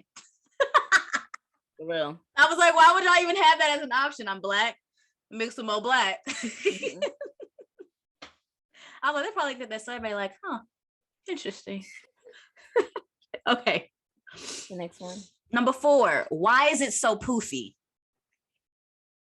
I've never been asked that, and I hope no one would ever ask me that, but that's just this rude. Yeah, I agree. But it is taking me back to middle school. The person that I mentioned earlier, when we would all get our perms and our hair would react a certain way, hers didn't. So we would ask her, like, you said you got a perm, but why is it still like this? Like, because we thought, it would transpire to look like ours, but hers didn't react the same way. So that goes back to everybody has different types of hair. Mm-hmm. And we as people, I mean, as yourself, yes, you have to accept, not have to, but it would be nice if you just come to a point where you love and appreciate your own hair. But also as a people, if it's different, then hey, that's another unique quality or characteristic is not the right word, but a nice something about that person that makes them different. Why is yours not poofy? Right. Let me ask it back. Or because it is. Next, it is. Like, this is how my hair grows. Yeah. That this is just how it is. Like, there has to be some deep explanation as to why my hair looks different than yours. Right. Clearly we're not the same. Yeah. So I've never had that. Why is it? I've had questions that were rude when people asked, and I didn't know how to answer, but I never had the poofy one. Next, actually, what I asked myself when we went. Sorry, my bad. When we first went to Atlanta, why is it so poofy? And that's when I learned about the effects that weather has on our hair. It's so humid, or it's so dry, or it's so wet, or like those things are gonna affect our hair. We get affected by those things. Absolutely. All right. Now can I do number 5? Why do you wear weave when you have hair? Because I want to. I pay for it. Exactly. Not only that, wearing a weave is what is called a protective style. And when your hair is in a protective style, underneath there, it's growing. When you put your hands in your hair less and don't do as much, it grows faster when you leave your hair alone. That's why a lot of Black women that I know wear weaves. Your hair grows. It just does something different while it's under there marinating. All right. And even aside from that, for me, I like fashions and stuff, and I honestly don't think that every hairstyle goes with every outfit. So I'm going, or every event, I'm going to this event, I want to wear this dress, this wig looks dope with it, or I'm going to this date, I want to wear this outfit, it's a first date, I want him to see my hair in its natural state. Like, it's just different things, but my answer for all these questions is going to be, it's none of your business, but I'm just having a conversation with you as my friend and our listeners of what can be the reasons for those things. or maybe I just don't feel like you said, manipulating my hair today, or Right. maybe my hair, dang, I twisted it out last night, but it still ain't dry. The products didn't sit in. I gotta wear this. I'm gonna throw this wig on today, or because if I came with my plaits, then this probably happens less today, but more so back in the day. If I came to work with my plaits in my hair because my product didn't dry or set in like it needs to be, y'all gonna have a problem of me coming to work not professionally dressed, or what's going on with her hair today. She came in with this and that, like it's not professionally done. So I put on a wig, so I ain't gotta hear from y'all. Right. And it also goes back to versatility. Like, I just like to switch it Exactly. up. I got wigs of different colors, lengths, like styles. I love to switch it up sometimes. Today I got platinum blonde. Tomorrow I might want red. Okay. Right. Today I got this short cut. Tomorrow I might want to rock my big afro. I might want to rock my Michael Jackson afro, or I might want to rock my big curly afro. Like, I have 3 different afro wigs, y'all. I got a black curly one, I got a big poofy blonde and brown one, and then I have a black one. And they all got different curls, all different styles. And that's just how it is. Just I want to get another wig. I've been like thinking of not curly like I used to wear all the time, but like a looser puffer part in the front, short curly wig I want. And then I also want like a long Brazilian wig, because I don't want to wear my favorite wig too much and like it goes out, but those are expensive. So they are. I get, as time, that's another thing that changed. Sorry, we should have talked about this in our hot topic, but learning about different wigs too. Like when I first started wearing wigs, it was either all 100% synthetic or blended. But then now I've come to some money, and I've also come to some education and knowledge of this wig that I have. I bought over 4 years ago. Is lasted. Why? Because it's real human hair, and I take good care of it. Opposed to a synthetic wig that I paid 20 something or $30 for, and I sweat out, and now I can't wear it anymore because it's messed up. So it's an investment. Right. I pay more than for my wig than you pay for your shoes. Did I ask you, are your shoes fake? Why are you asking if my hair is fake? My hair is real. It's not growing out my Real. scalp, but it's real. Period. All right, sorry, my bad. Number 6. All right, number 6. Why is it so short? Baby, I can only give you one word, and it's called shrinkage. But at the same time, mind your business. Mind your business. But I think some people don't really truly understand what shrinkage is. Like, you can pull the curls out and it just be just a tad bit longer than what your curls are actually given. Like, I can't pull right now. shrinkage is a thing. Like, straightened out hair be down here, but still be this short, because that's just how the natural hair curls, how it coils. Mm-hmm. Everybody's hair is different, so it's not going to always look the same or bounce the same. Shrinkage is a real thing. Mm-hmm.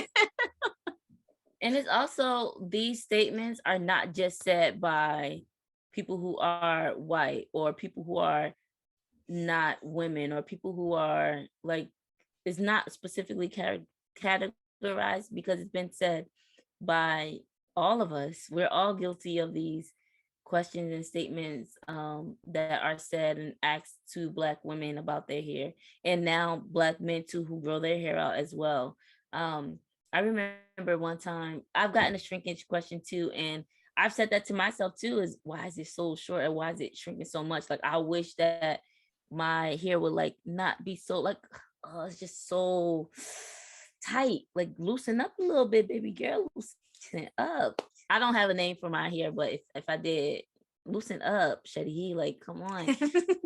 When I did have hair, I remember one time I went to the hair salon, and I didn't want to go to the hair salon like that because it was really tight.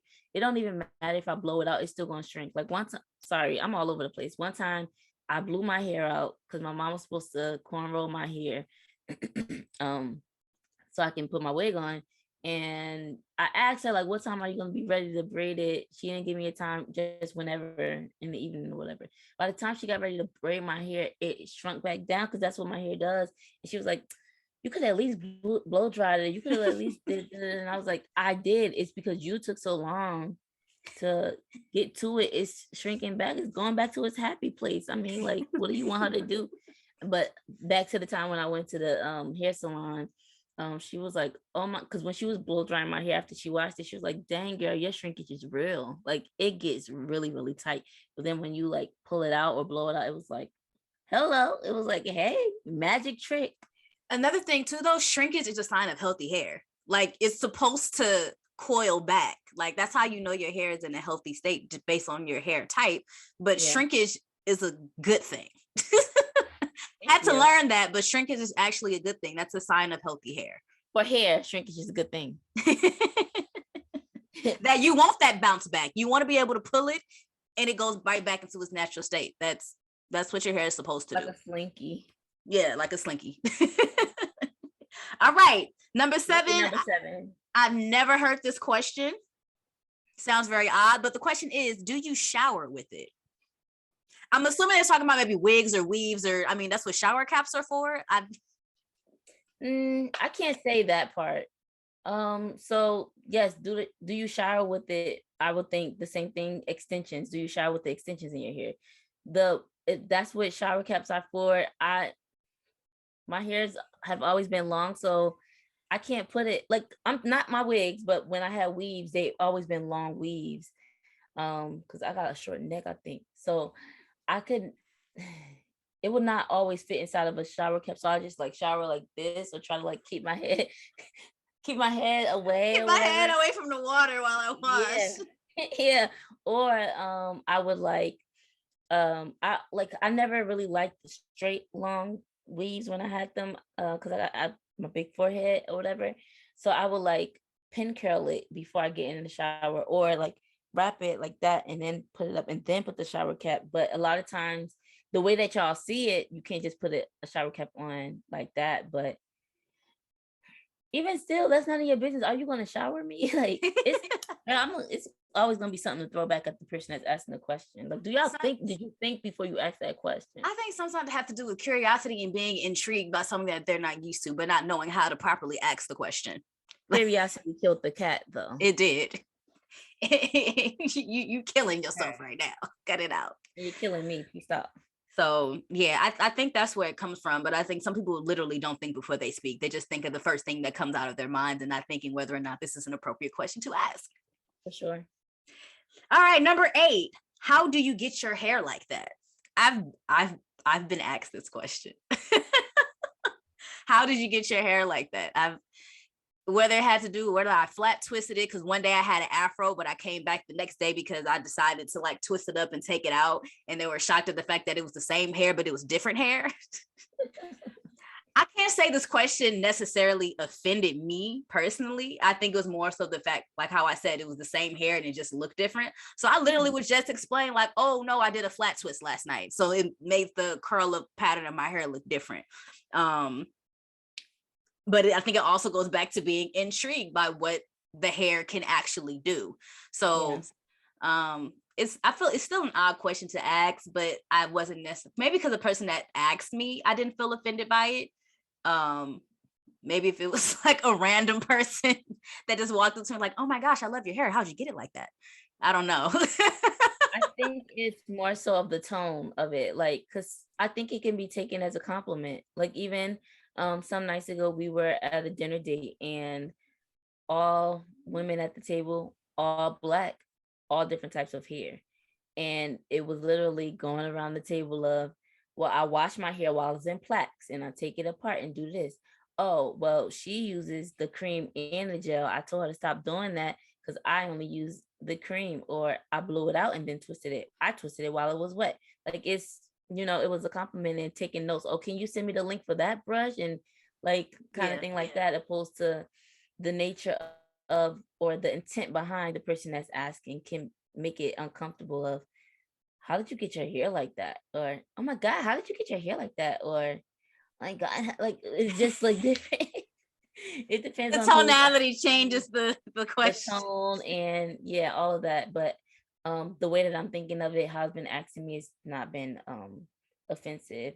Or even it could be a fresh twist out versus day 4 twist out. I'm gonna wait till you ask all the questions, because there is something that comes up with that of that can be offensive too, but I'm gonna see what the questions are. All So right. that was And 8 or 7. that was 8. This is number 9. Right. How do you not wash your hair every day? That was the question because The way you just got up right now, yo.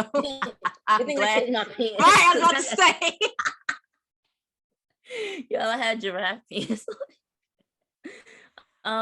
With that question, so like day 4, day 5, or week 2 of that same washout, but it just looks different because the weather touched it or you picked it out different or whatever like that. But I remember the flip side of it is when I found out that certain people didn't wash their hair, that they did wash their hair every day. And I was like, Every day? every day? And I'm thinking like, you have time in the morning to wash, conditioning, let it sit in, blow dry it, style it every day. Like that's not going to damage your hair. It was just like, I guess the way that they feel, like, right. I can I was understand like, the flip side of that. Because I used to be in school and some of my classmates used to come to school with their hair still wet. And I'm like, did you wash your hair this morning? Like, yeah, I wash my hair every morning. She's just waiting for it to dry. She let it air dry throughout the day. And I was like, yeah. Oh, okay. I didn't know people did that. Like, I was really Yeah, my surprised. reaction was different. Like, I was like, I really want to know why her hair was still wet. I'm like, you know, your hair's still wet. Like, I was a little concerned because I grew up learning, like, you don't go outside with no wet head. It's crazy how Cultural difference. Cultural difference. Yes, for real. So I was like, I can understand the flip of being asked certain questions, but I literally was concerned, like, you know, your hair's still wet. Seriously. But yeah, she washed her hair every morning. I'm like, I don't have time to wash my hair every morning. Isn't that cool? The fact that we touched on the not having time, all the stuff, the work, wash day, having, I'm so grateful for this. I'm gonna probably let my hair grow out 1 year, but I'm just so grateful for this right now. But anyway, the fact that we don't have to wash our hair every single day, that is a blessing. Like, I can go with this same hair for a week or 2 and my hair don't stink.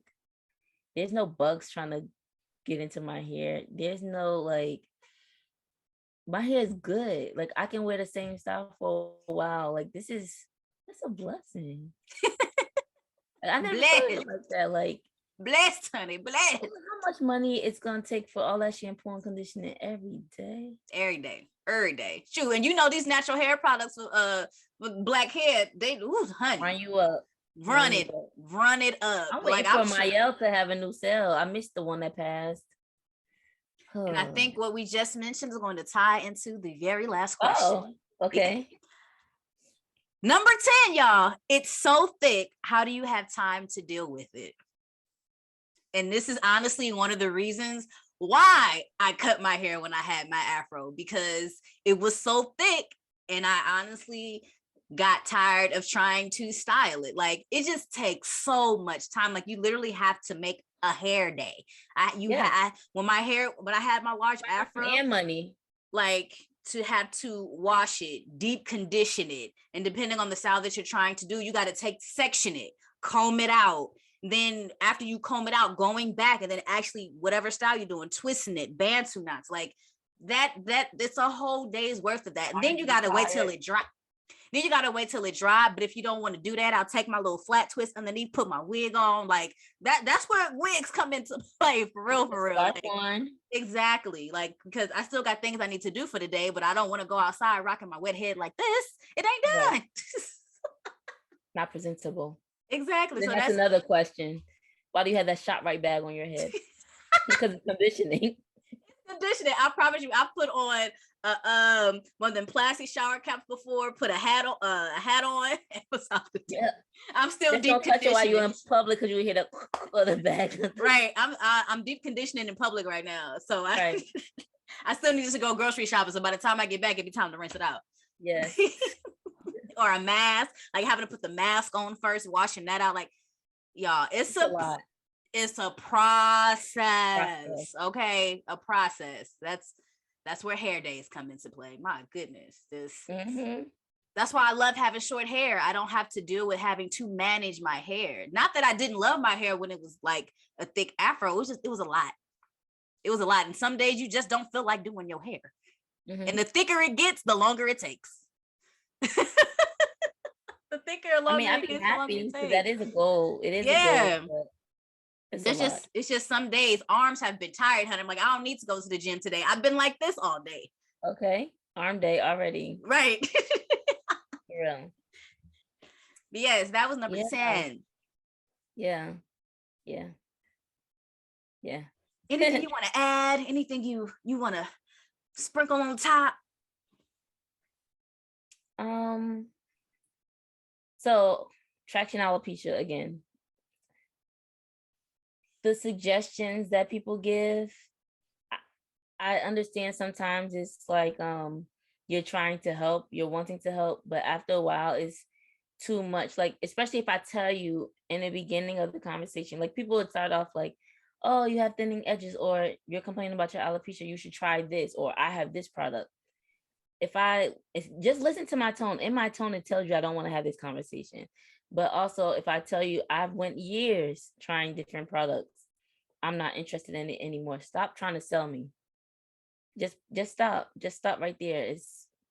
Some things are just meant to be what they are. Like, you can't fix everything. Or if I've tried and I've come to an end of it and I'm not asking you for a product, you don't have to sell me on that. And I guess that can go with other things too, as far as like people talking about their twist or something like that. A person didn't ask you about a product, or if they should have made their twist bigger or something like that. You don't gotta give that information. Like, listen to the tone and the nature of the conversation.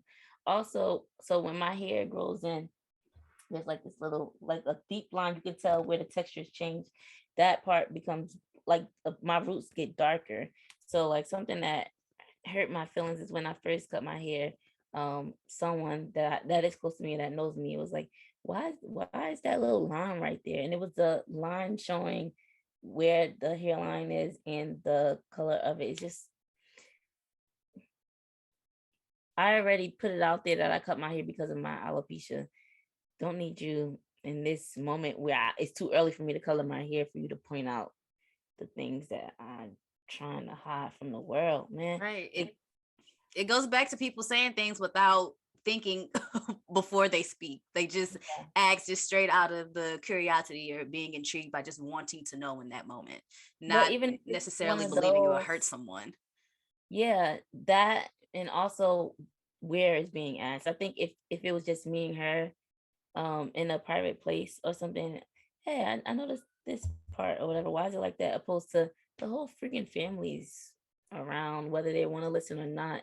You're asking me in which to you assume it's a comfortable session because we're all family, but this cut thing is still new to me. You're asking in front of everybody and it's making me feel like I'm on display to answer. And I did answer because of who that person was and everything, but it's still afterwards, it made me more self-conscious of, okay, now I feel like I have to color my hair sooner than the 2 weeks so that I can hide when it's the new growth, or at least maybe I put color on that part so it blends. It's just, you're highlighting my insecurities. I don't need that right now. So again, whether it's me or somebody else with alopecia, or whether it's about a product or anybody of those things, just like the setting of when you're asking those questions, kind of be aware of those things. Yes, absolutely. Be cautious, cautious and conscious. Yes, both of those words do work. First, I thought I was saying the wrong thing, but they both make sense. Well, this was a good scenario. Yes. I love going through it. Yeah. All right. Anything else? As of right now, no. But you know what it's time for? Announcements. Go ahead. That's not the song. I know. That's why I said go ahead. Okay. Your turn. It's time for announcements. It's time for announcements. It's time for announcements. It's time for announcements. I'm so happy y'all can see me singing now and vibing. It used to just be my voice. Now you can see my face. Hey, now you can see my face. Cause it's time for announcements. It's time for announcements. Hey, time for announcements. It's time for announcements. And now y'all can see why I be laughing. If you listen to our other seasons before, why I be laughing. Cause it's just the more episodes we do, the more animated she gets, and I'm gonna try not to laugh. I'm just gonna let y'all laugh because she's a clown. All right, y'all. Let's jump into our announcements for today. Our first announcement is our BBG, which is our Black Business Giveaway. If you've been following our business, we have been having a Black business. Why am I doing this? I don't know, but I feel you, girl. Because it's exciting. Like we talked about before, the consistency. I think this is our fourth or fifth. Yeah, is it fourth or fifth year? I can't even remember, to be honest, but it's more than enough. It's our fourth year. It's our y'all. I told you she'd get excited. It's our fourth year, our fourth annual giveaway. We're partnering with Black businesses to be able to afford a lucky winner, a basket, or whatever you want to say, of different things that come from Black businesses. We have been able to give away, of course, our items, whether it's our books, our sweatshirt, our hoodie that we given away thus far. We partnered with other businesses where they gave away mugs, where they gave away socks, soap, scrubs, body butters, just yoga sessions. It's so many. I'm sorry, y'all. I cannot. Accessories. Yes, we've given away some. Girl, so much so that I be like, can I win? Right. Can I be a part of this giveaway? Can I be a part of this giveaway? But it's just dope stuff. And it's also really exciting to know that there are other Black entrepreneurs out there flourishing and have dope businesses. Budgeting Queen, like a budgeting planner that we've given away. Really, really dope. So this February, follow us on our social media so that you can enter to win and win some of these dope things that we have going on and find out who we partner with. So yes, we're not going to give away the list because we want you to go to our social media and find out who we partnered with and what we are giving away this February 2022. Yes, and all you have to do is to enter is find that post on our social media, comment underneath it, tag somebody that you love, and let them know why you love them. Enter as many times as you like, because you're gonna go into a raffle, and that's how we're gonna decide who won. Literally, yes. Tagging someone and spreading the love. It's kind of like a mix between Valentine's Day and Black History Month. We got the Black Business Giveaway, but we still spreading the love and the joy. I love it. Yes. There's more to that. So make sure when you go to our page, you follow all the rules that we have written down. It's more than tagging somebody, but that's the part that we love so much about it. So make sure that you follow not just that one part that Monie said, but follow all the rules so that you can make sure that you're entered to win the contest. Yeah, it's all on the page. Speaking of pages, please go to our website, our webpage, and subscribe to the website where you can see our blog posts. You can check out our merch. You can check out our pictures. You know what I'm saying? Because the website got a little update. And then also on top of that, while you are there, please subscribe so you never miss out on anything that we do have in regards to giveaways, contests, becoming a member. Because when you are a member and we have our questions of the month giveaways, sometimes you enter twice, sometimes you get an extra little something as a part of the giveaway, whatever you're giving away that month. Who knows? But once you subscribe, you will always be in the know. So go ahead and head to the website and subscribe. Oh, I like the little rainbow that you put. Yes. Also with the subscriptions, it really helps us with our fan base, as well as leaving a comment, leaving a like, sharing our posts, our social medias, all that stuff with other people. I don't want to be sitting here talking to nobody. We ain't got to post this. It takes work. So let us know that you love it so that we can continue and have that battery in our back to keep it pushing and keep it going. Also, of course, the more you like it, the more it's going to pop up on other people's social media feeds and YouTube channels and all that other stuff. So, help two sisters out. Yes. Help two sisters out. I would say that we are at the top of the year, kind of, sort of, still, And one of our goals for this year is to help LoveLoudd flourish, to help our community base grow, and we need your help in order to reach that goal. So make sure that you are following us on our social media outlets. We have Facebook, we have Instagram, we have YouTube, obviously. And I mean, shoot, you may not be watching this on YouTube, you may be watching this on Anchor or Google or the TV honey. Okay. We are on Oprah Network or something like that. Speak it. Yeah, but whatever platforms, we have those. We also have Twitter. We're not, out there on Twitter as much, but we're working on it. So yeah, just follow us. We are LoveLoudd with 2 Ds.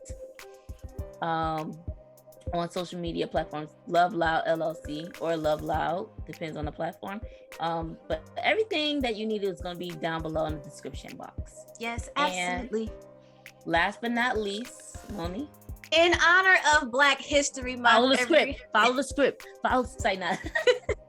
Actually am following the script, but anyway, in honor of Black History Month, we do something every year to celebrate. This year we are recognizing Black songwriters. So if you are following us, you already know that we've posted a few here and there. If you haven't checked it out already, please see who we have highlighted so far.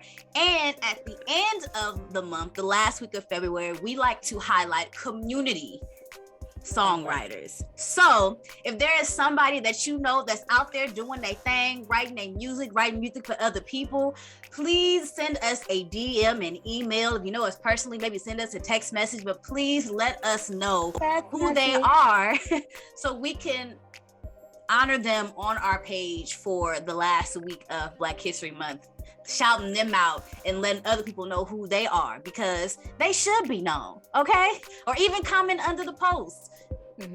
Let us know who we should be listening to, who we should be following as well. Represent your community, okay? Represent that. Represent that. Okay. Yeah, I was gonna say that I was a ghostwriter, but nobody ever picked up my songs. Still ghostwriting, clearly, because nobody knows that she does it at all. Nobody knows the troubles I've seen.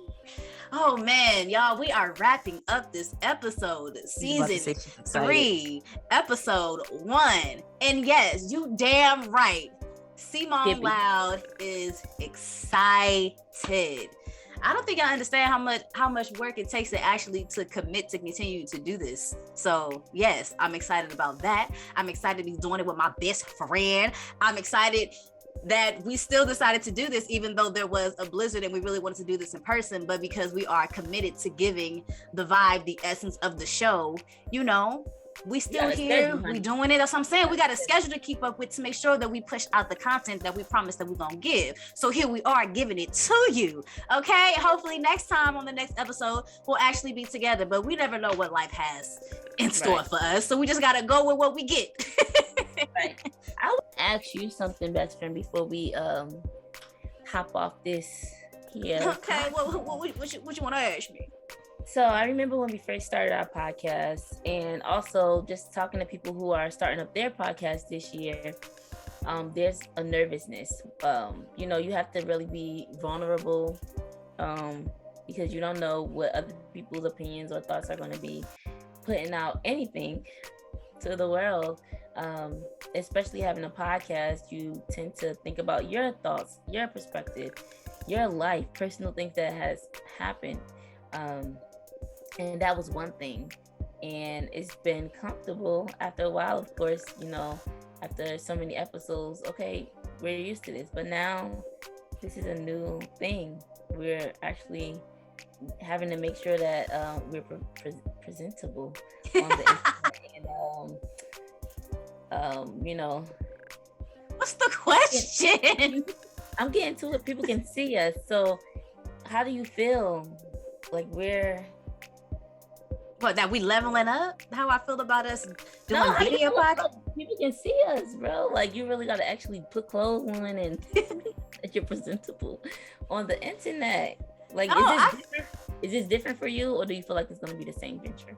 I feel like it's a little bit of both. I think I'm more so excited about the fact that people will be able to see us, because based on the feedback that we've gotten from our past seasons, people actually want to see our faces. Like, some people enjoy listening to us and some people actually enjoy watching us. So I like that we are now offering, based on listening to what, you know, the feedback that we got, now we're able to provide both. So if you just want to listen, you got that aspect. If you want to watch us and see how really goofy we can get and really get into it with our personalities, you can do that too. So I'm excited about the fact that we are leveling up and growing in what we've been doing. Because for those of y'all that don't know, we always got to mention, we started this on IG Live. It wasn't a podcast at first.